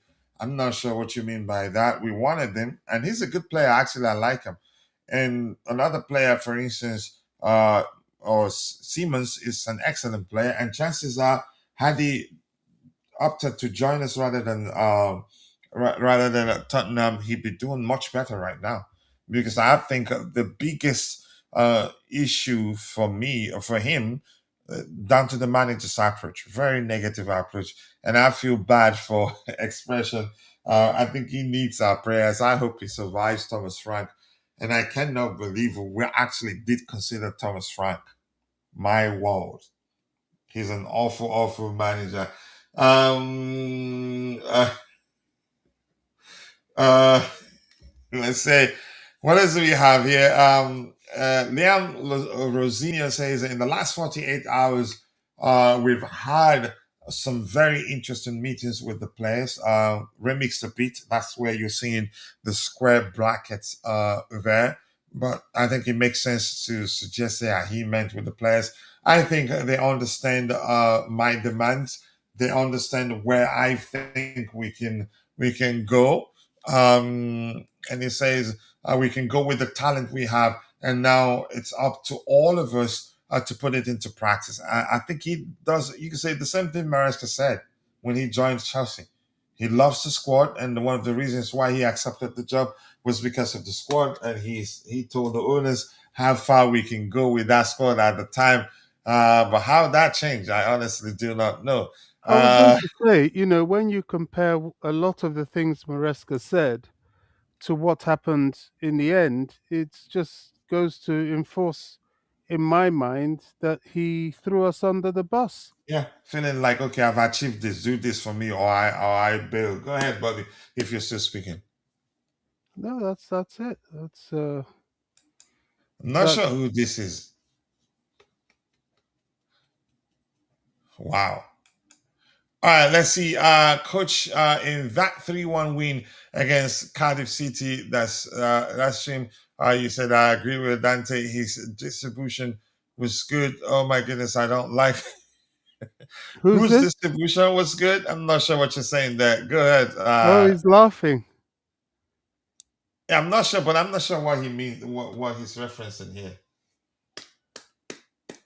All right, Hakeem is back on the panel. Hakeem, let's hear you.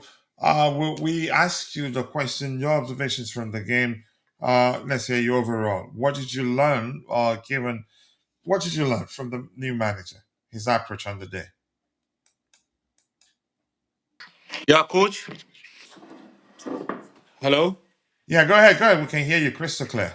Yeah, I was outside thinking that I can talk at the same time. Pick scrap the snow in front of my house, but Oh, okay, it okay. was impossible. Yeah. Yesterday, like what I was saying was that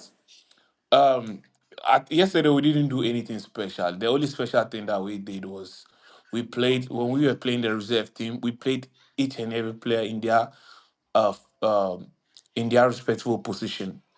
That was the first take, and then the second take was that if you are playing players, like if you are playing your reserve team, normally, when Moresca is using the reserve teams, he doesn't use them that much. So mostly, when they come, when you are using them, and you know that they don't they're out of fitness and they lack sharpness, at least try to play them in their respectable position because they are professionals. And every professional football player, when you put him in his position, he knows what to do. But whenever we are playing the reserve team, we always complicate things. We always try to tell the players to do some things that they are not used with.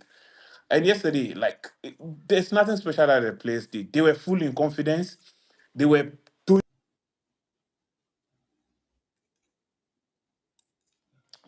playing in a position that they weren't familiar with. Because back in the days, imagine we're playing we are playing the reserve team, and then we are playing Choloba at right back and playing Estova at the right wing.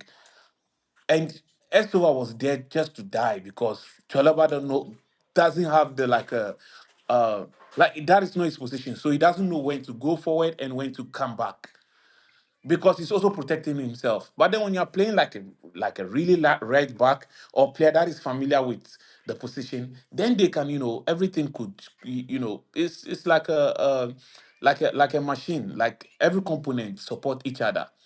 When you change like a component in a places that is not supposed to, then the machine is going to break. It's simple, like it's simple procedure. It's not like a rocket science or something. So yesterday I didn't see like the code did anything special. But then one thing that I was happy to watch was that most of our position was played in the midfield, not on the left like a right flank and like left flank. And whenever we are going forward with purpose, not like going forward and then inshallah.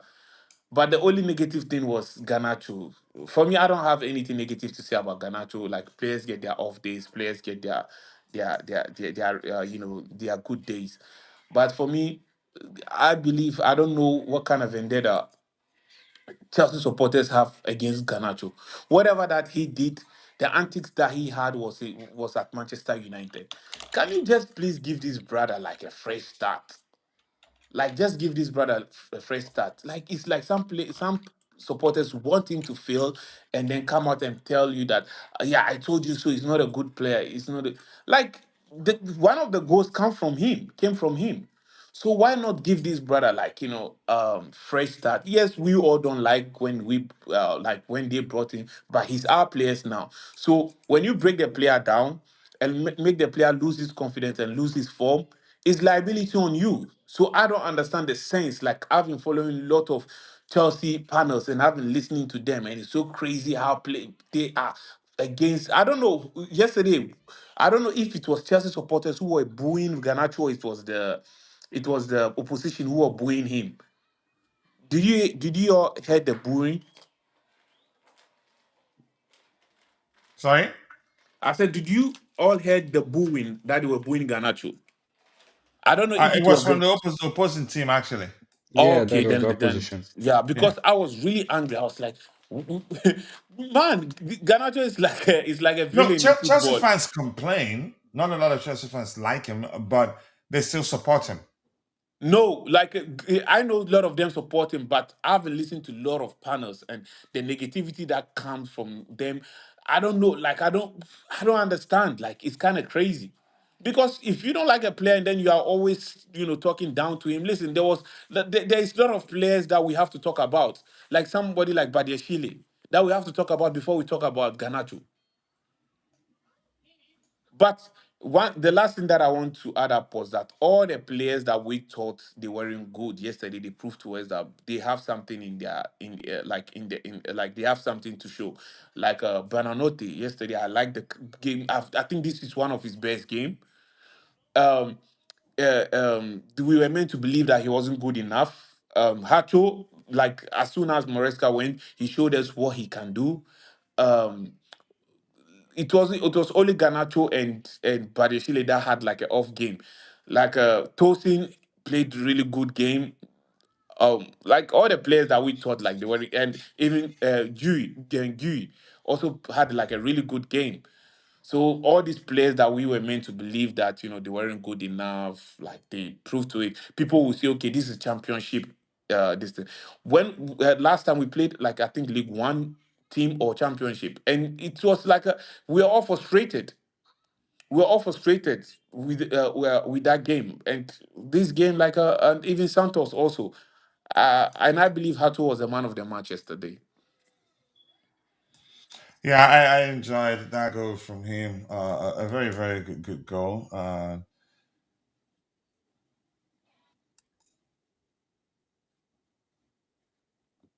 Mhm. No, some fans don't feel like he's not good enough. But go ahead, what you were saying.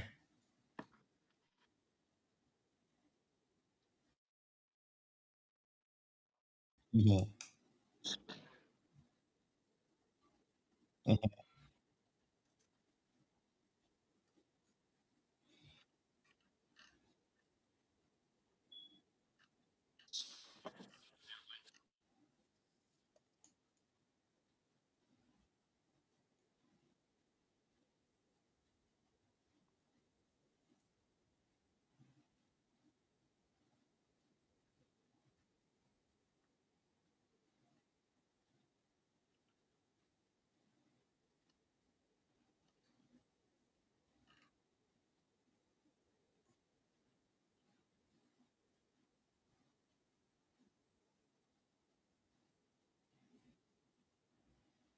Yeah, I, yeah, I don't think bias is either. part of Here's the thing: the bias. truth remains.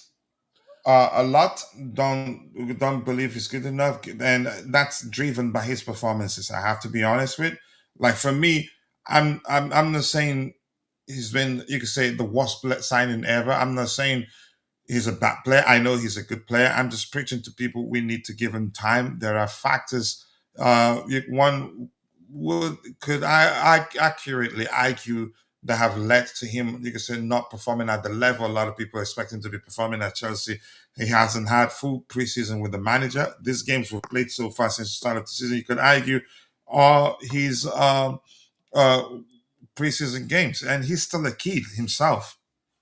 I think he will come good, and his numbers haven't been that bad actually. It's not been as bad as a lot of people are making out and making that to be. But he's had bad games, bad misses, which, irrespective of the fan base, they will still come for him. I'm just trying to keep it objective here, given the fact he hasn't actually had bad numbers, as again being as bad as a lot of people are making it out to be. Eventually, he will get a lot of assists because I know how he operates. I knew him very well before he joined us, but people have every right to question whether he's the right signing or to question whether he's a downgrade to the players we had before his arrival. But go ahead, Hakim, if you wanted to say something. I said like when we talk about biases, like biases is part of it's part of football culture. So like it's not like we don't see what was going on. I've been follow, like I listen to a lot of Chelsea panels, listen to what is going on and what people have been saying about him even before he came to Chelsea. So it's not, I'm not saying about his performances. People were like, I don't like this player. We don't like, he should leave. Like there was a whole lot of things that people were saying about him before he came. And they were even talking about his brother's antics and all of those things. So I'm not saying only about I'm not talking um yes, of course, if he performs, he can win these people, he can win their support. But you don't break a player before he comes to your team, especially when he has already signed to you. At least just give him chance. That is the only thing that I'm saying. Even for me, I believe like every player have like about a season before you can judge them fully, because we've made we've made a lot of mistake about players. Like we judge them, and at the end of the day, they prove they're strong. I can mention a few, like a Cucurella.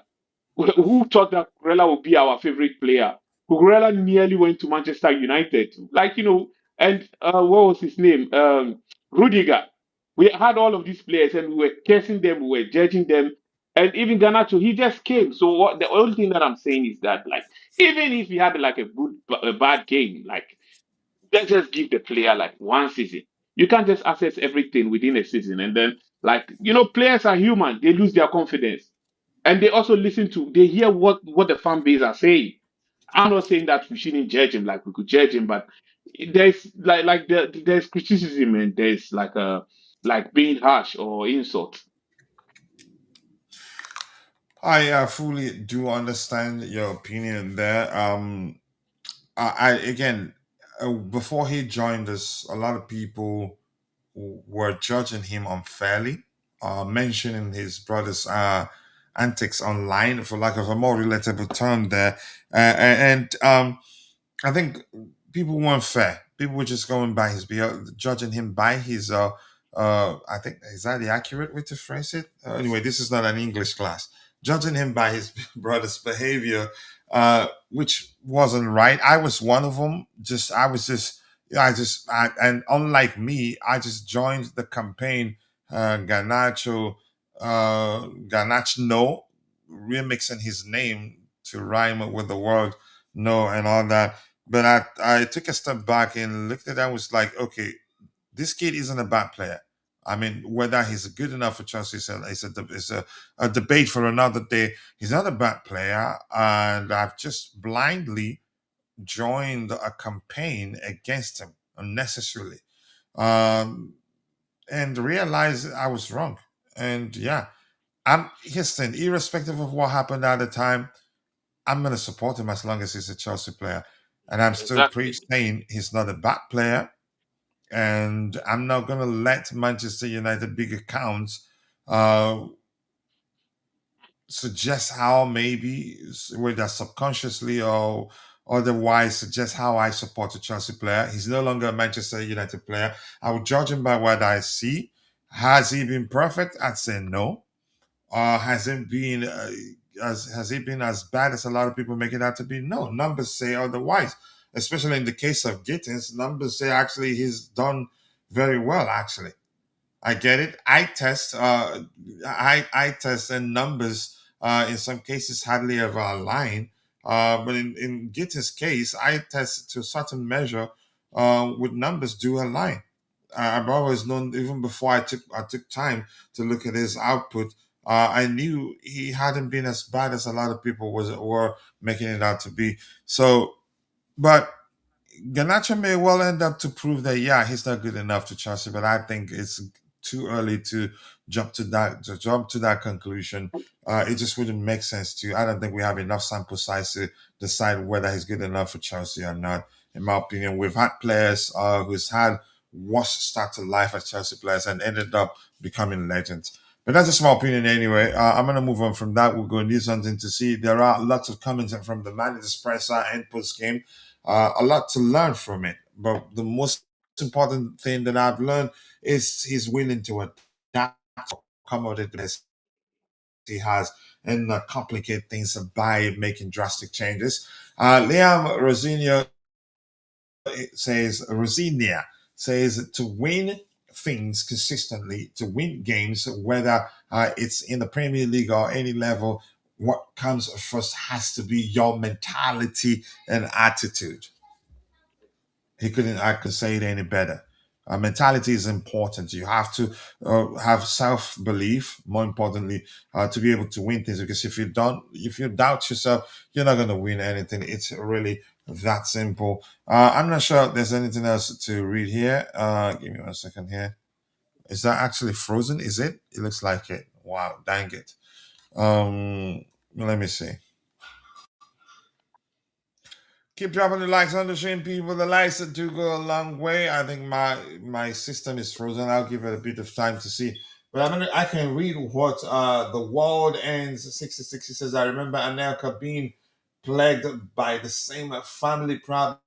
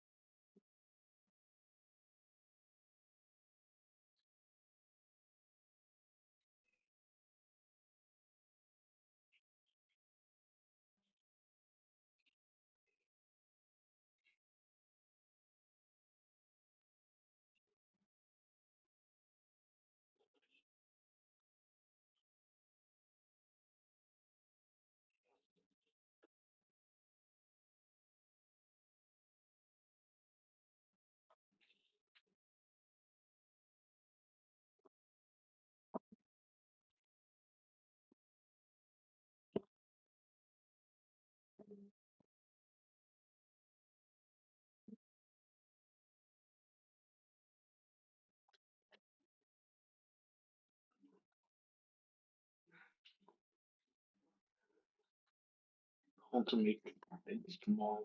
Why? Tomorrow. Yeah, your son is at the neighbor's place. Which neighbor? The Turkish neighbor. Neighbor. He wants to stay there with his son. All right, what else do we have here? Virginia here says if you want to be a successful manager, the first thing you have to do is get your players to buy into your ideas, or buy into you as phrase here, and what you stand for. I agree. You have to buy into your approach, or however you want to say it, to listen to you, to have belief in what you're telling them to do, that it's going to work. I can see the system is moving like that this time. Management skills. But yeah, let's go. What else do we have here? Keep dropping the likes on the stream, people. The likes that you go a long way.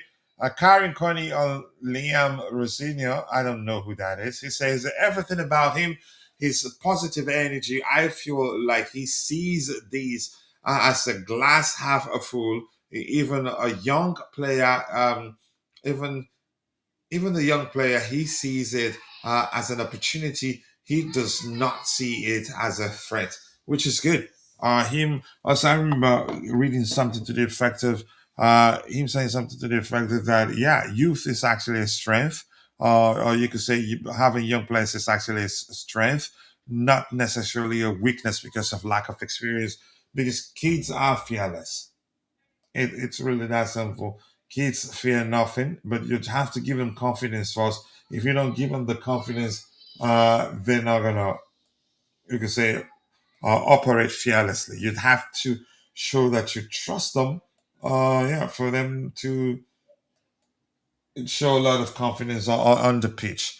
So that's a good one here. I think I want to surround it as soon as possible. Let's see if we have a few more, something interesting to read here.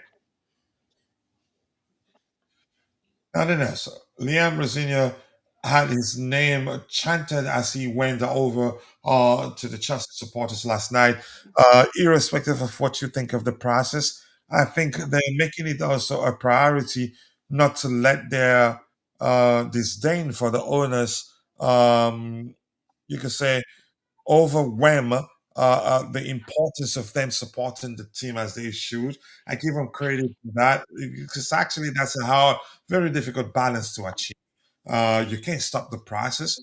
The only thing one can do is advise them to do it in a manner that would lead to them beaten, being the 12th man on a match day and not supporting the team as they should.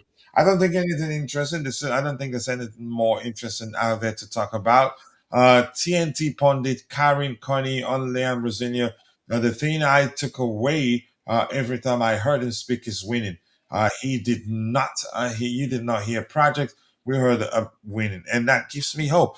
And you can argue the same way. I told people that Enzo Maresca has a, you can say he has a more you can say a more polished team to work with than Pochettino had. He has more of a unit than Pochettino had. Why? Because the players have been together for a while now, and I think under Rosinia, he doesn't. I think he has a lot. He has lost more, less more work to do than Maresca had to do. Why? Because yeah, we have more of a unit than we had under Enzo Maresca, and he's saying that. He's talked about building on the work that Enzo Maresca did. He's not trying to invent the wheel, which is great. And I think that would do him a world of good, not to try to change Coach, much. Yeah, go ahead. in the history of you supporting football, you watching football, have you ever seen a team that has the like how many teams would you consider that have the perfect squad? Hardly ever. Apart, yeah, but apart from Barcelona and let's I mean, say, it's not very common. Even at the it, time, they didn't have a perfect squad. and More and physical and teams were able to unsettle them. yeah, and for me, I don't understand what makes a good coach or what makes a good manager. What makes a good manager is that a good manager will come in and improve the players that he has. For me, our previous coach, to tell you the truth, I don't know which player he improved. To tell you the truth, I don't know which player he improved. The players that are doing well, they have the capability, but you can never mention like any one player that I know that he improved. So for me, I don't like for you to show that you are a good coach. Show us what you are like. If you have a team, show us what you can make out of the team. We've seen teams that use some players. Like sometimes people forget that we use players like Marcus Alonso. We use players like Victor Moses at right back to win like a Champions League. I don't know if this new set of um, new set of new sort of Chelsea supporters, like they don't know any football history or they've never watched Chelsea before. Like it's you never come and then get everything like lay down to you you want to be spoon feed. Like how many defenders do we have? We have about I think we have more defenders than any team in Europe right now. How many players do we have? We have more players than any players, like every player. But it's just that the players you might say, okay, some of them are not good enough. it's always like that in every team. Like you get some position where the players are really good, you get some position where the players are not that good. You understand? So it's up to you, the coach, that you have to know how to twist things and get the best out of the team. But you cannot just come and then go against and be like, okay, complaining, I need it.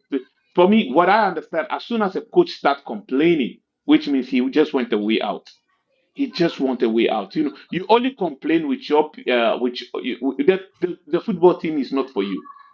Like even in a company, we have something we call gag order. Like when you're going to sign like a contract, they always tell you, listen, you have the right to only complain with us.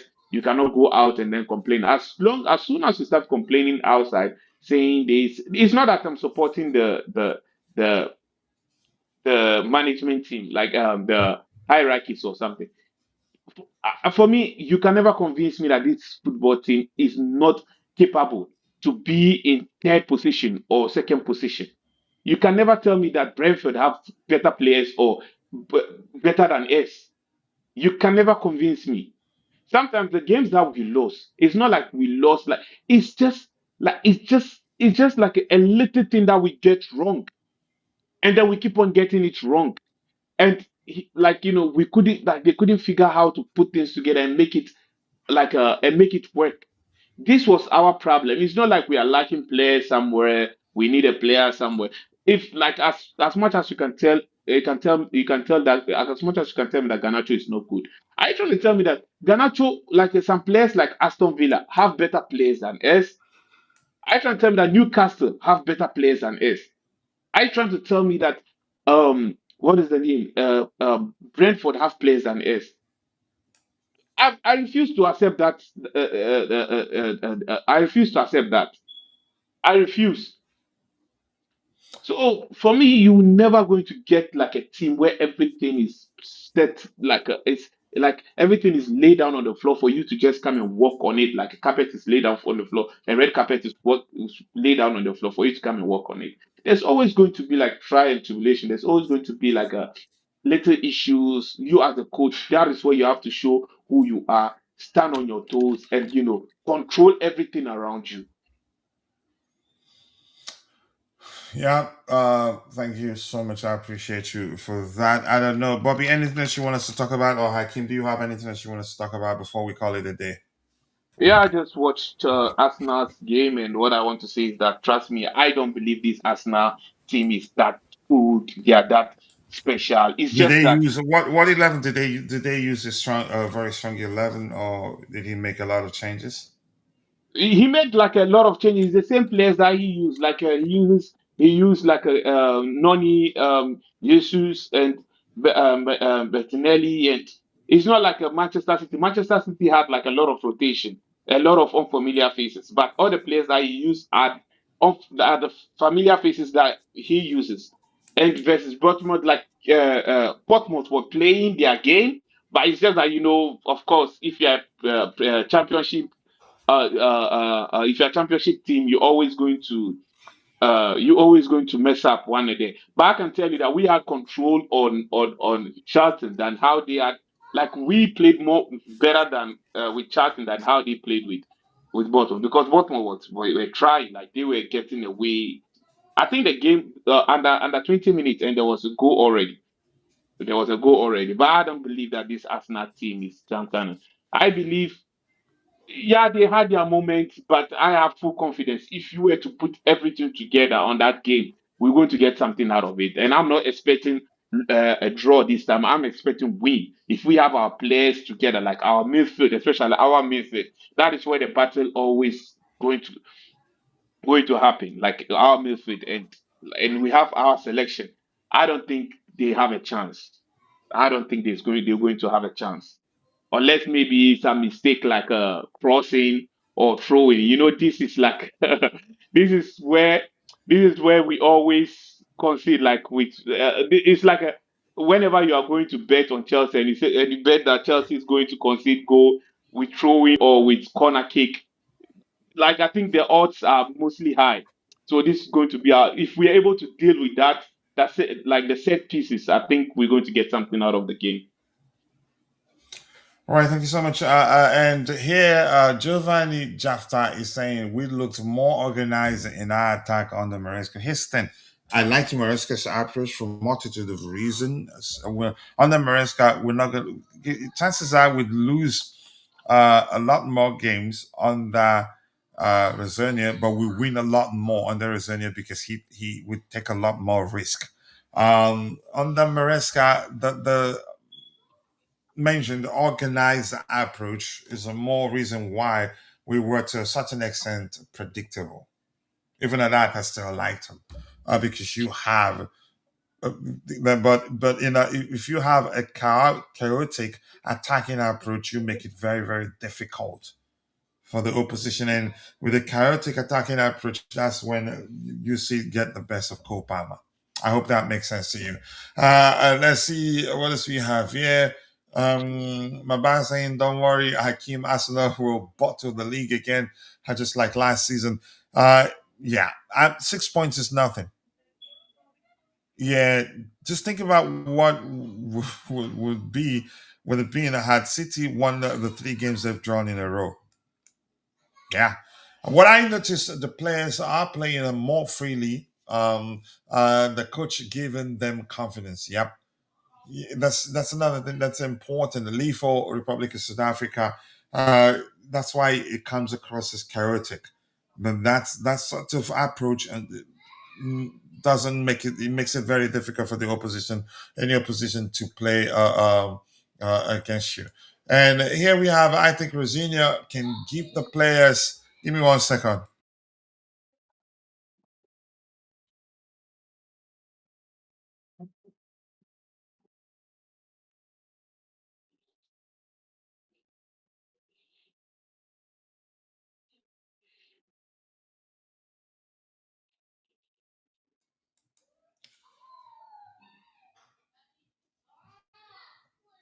Freedom like Palmer gets the lab extra. Maresca couldn't do that. I think his approach comes across as predictable.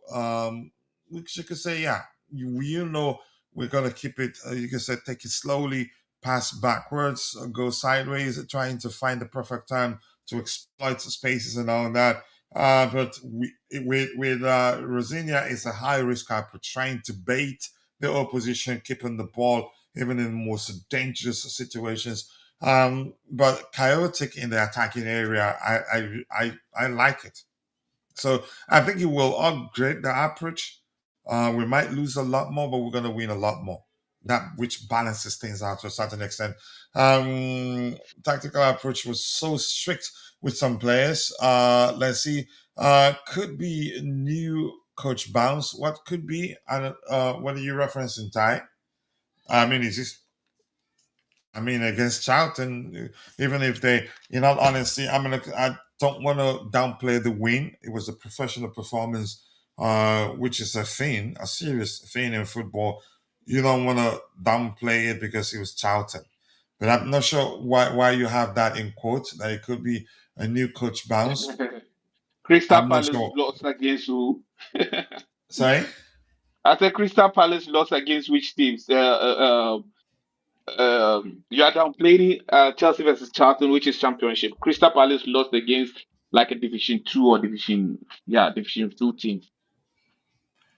Yeah, but you get the point why I say we shouldn't, because Yeah. of that, downplay the professional performance. You still have to go in there and not take them for granted and not disrespect them. Still play like you need. You can say like, yeah, they can beat you.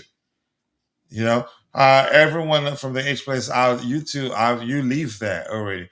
But keep dropping the likes and on the stream, people. The likes to go along with. Ty says it's not feeling what. Sorry to hear that, Ty.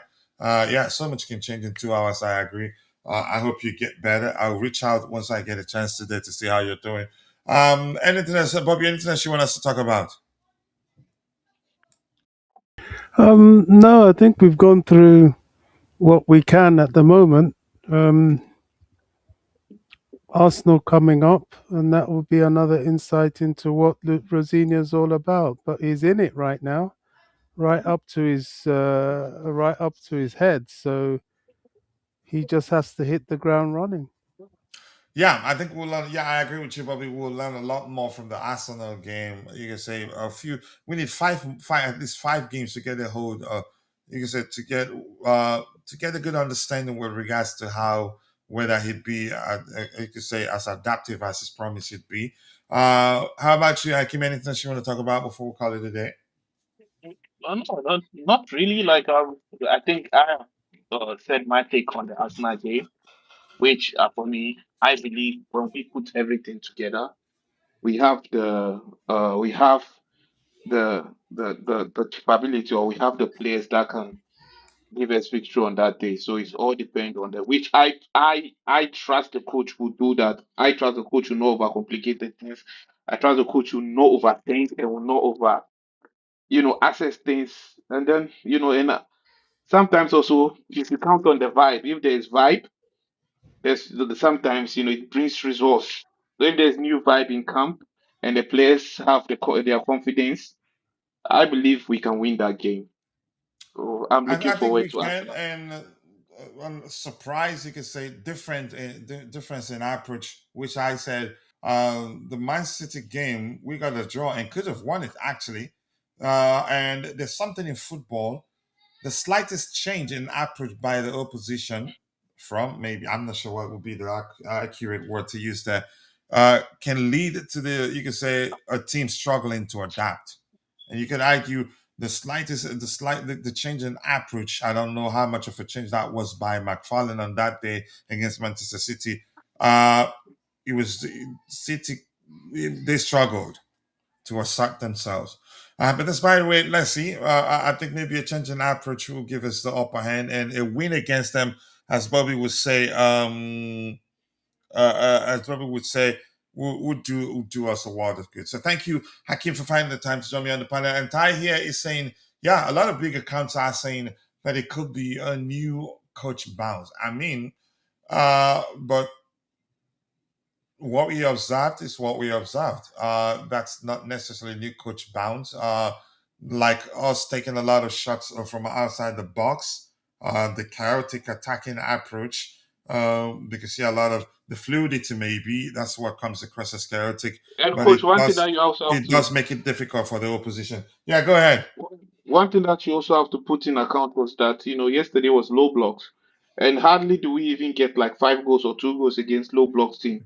So it's also one positive that we have to talk about. Yeah, I So agree. yesterday game, it Go ahead. was it I'm was just laughing because of what Jay said here. Was it ending on a good note? What yeah. Brighton won, Man United 0. So it was never Amorim. But go ahead, what you were saying, Hakim. Yeah, so yesterday it was we like a low blocks. Like I don't remember the last time we won 5 games against like a low blocks team. So I'm Yeah, really I happy agree. that at least we are able to get out. Like we're able to know how to twin things when we face some sort of difficulties, because this has been our problem under Poch, and even under Porter, and like this has been our problem. And if we're able to work on that, like when we meet teams under low block, because one thing that I enjoy about Arsenal is when like they know how to crack low blocks. They know how to crack low blocks team. And sometimes in English Premier League, there are more teams playing low blocks than people playing on playing high game. So Hmm. when you are able to crack this low block team, assure to you that you're going to. And this is once Man City is the master of that. Man City is the team that was able to figure out like how to crack low blocks. I think for about 5 years or since Guardiola came, they know this is what won them the Premier League. This was what won them the Premier League. Because with Man City, they are going to have the ball. So most of players, they are reserved, they are in their box, they're parking the bus. And Man City, because they face this team, they know that they are going to face this set of team. So they work on that. Every player that they bring in, they make sure that the players perfect that kind of play. So I believe this is the only thing that we have to do. Like, we have to work on, because when it comes to when you're playing with Chelsea, we have like a players that can distribute the balls. Players like we have good players on our flanks. Like our players are semi good in the air whenever we cross the ball. Like We're also good in now. We are good in set pieces. So the only thing that I think we have to focus on is the low blocks. And when that is done, I believe we're going to get something out of this coach.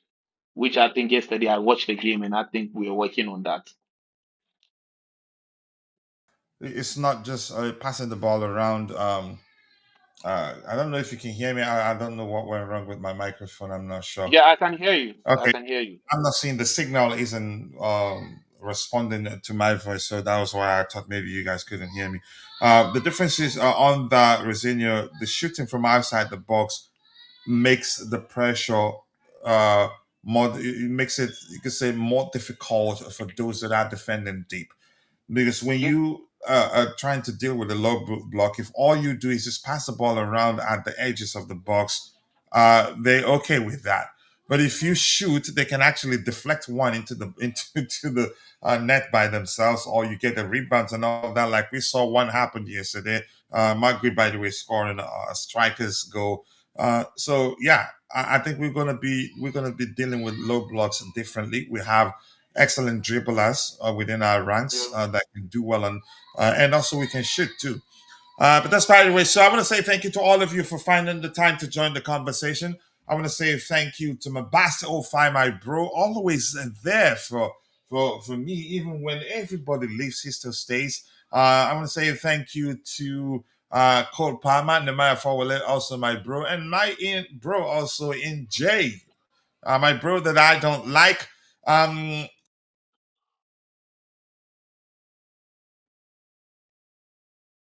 And thank you to my bro, Ibro, my bro who was here. Thank you to Ty for finally trying to join the conversation. Tabeho was also here.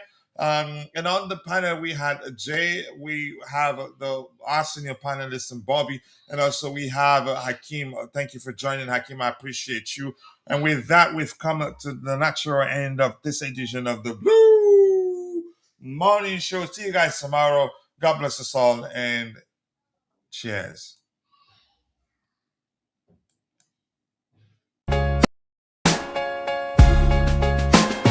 Chelsea, the dream keeps us strong. Through every challenge, we rise, never wrong. With every goal, we fly, hearts on fire.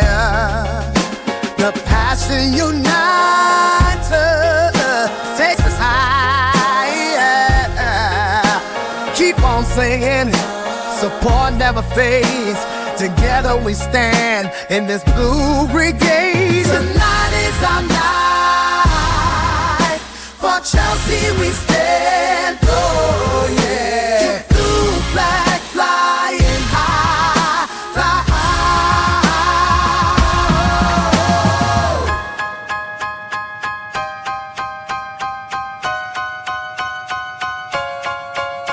From Stamford Bridge, the pride that we share. Each kickoff, each moment, it feels so rare. With faith in our hearts, we chase the dream. Through every match day, we're part of the team. The love for our club is a powerful thing. Together we shout, let the victory ring. Tonight is our night. For Chelsea we stand. Oh yeah. Keep blue flag flying high, fly high. We're unstoppable, hear the roar. In blue we trust forevermore. Together we sing hand in hand. For Chelsea forever we'll stand. Tonight is our night. For Chelsea we stand. Oh yeah. Blue flag flying high, fly high.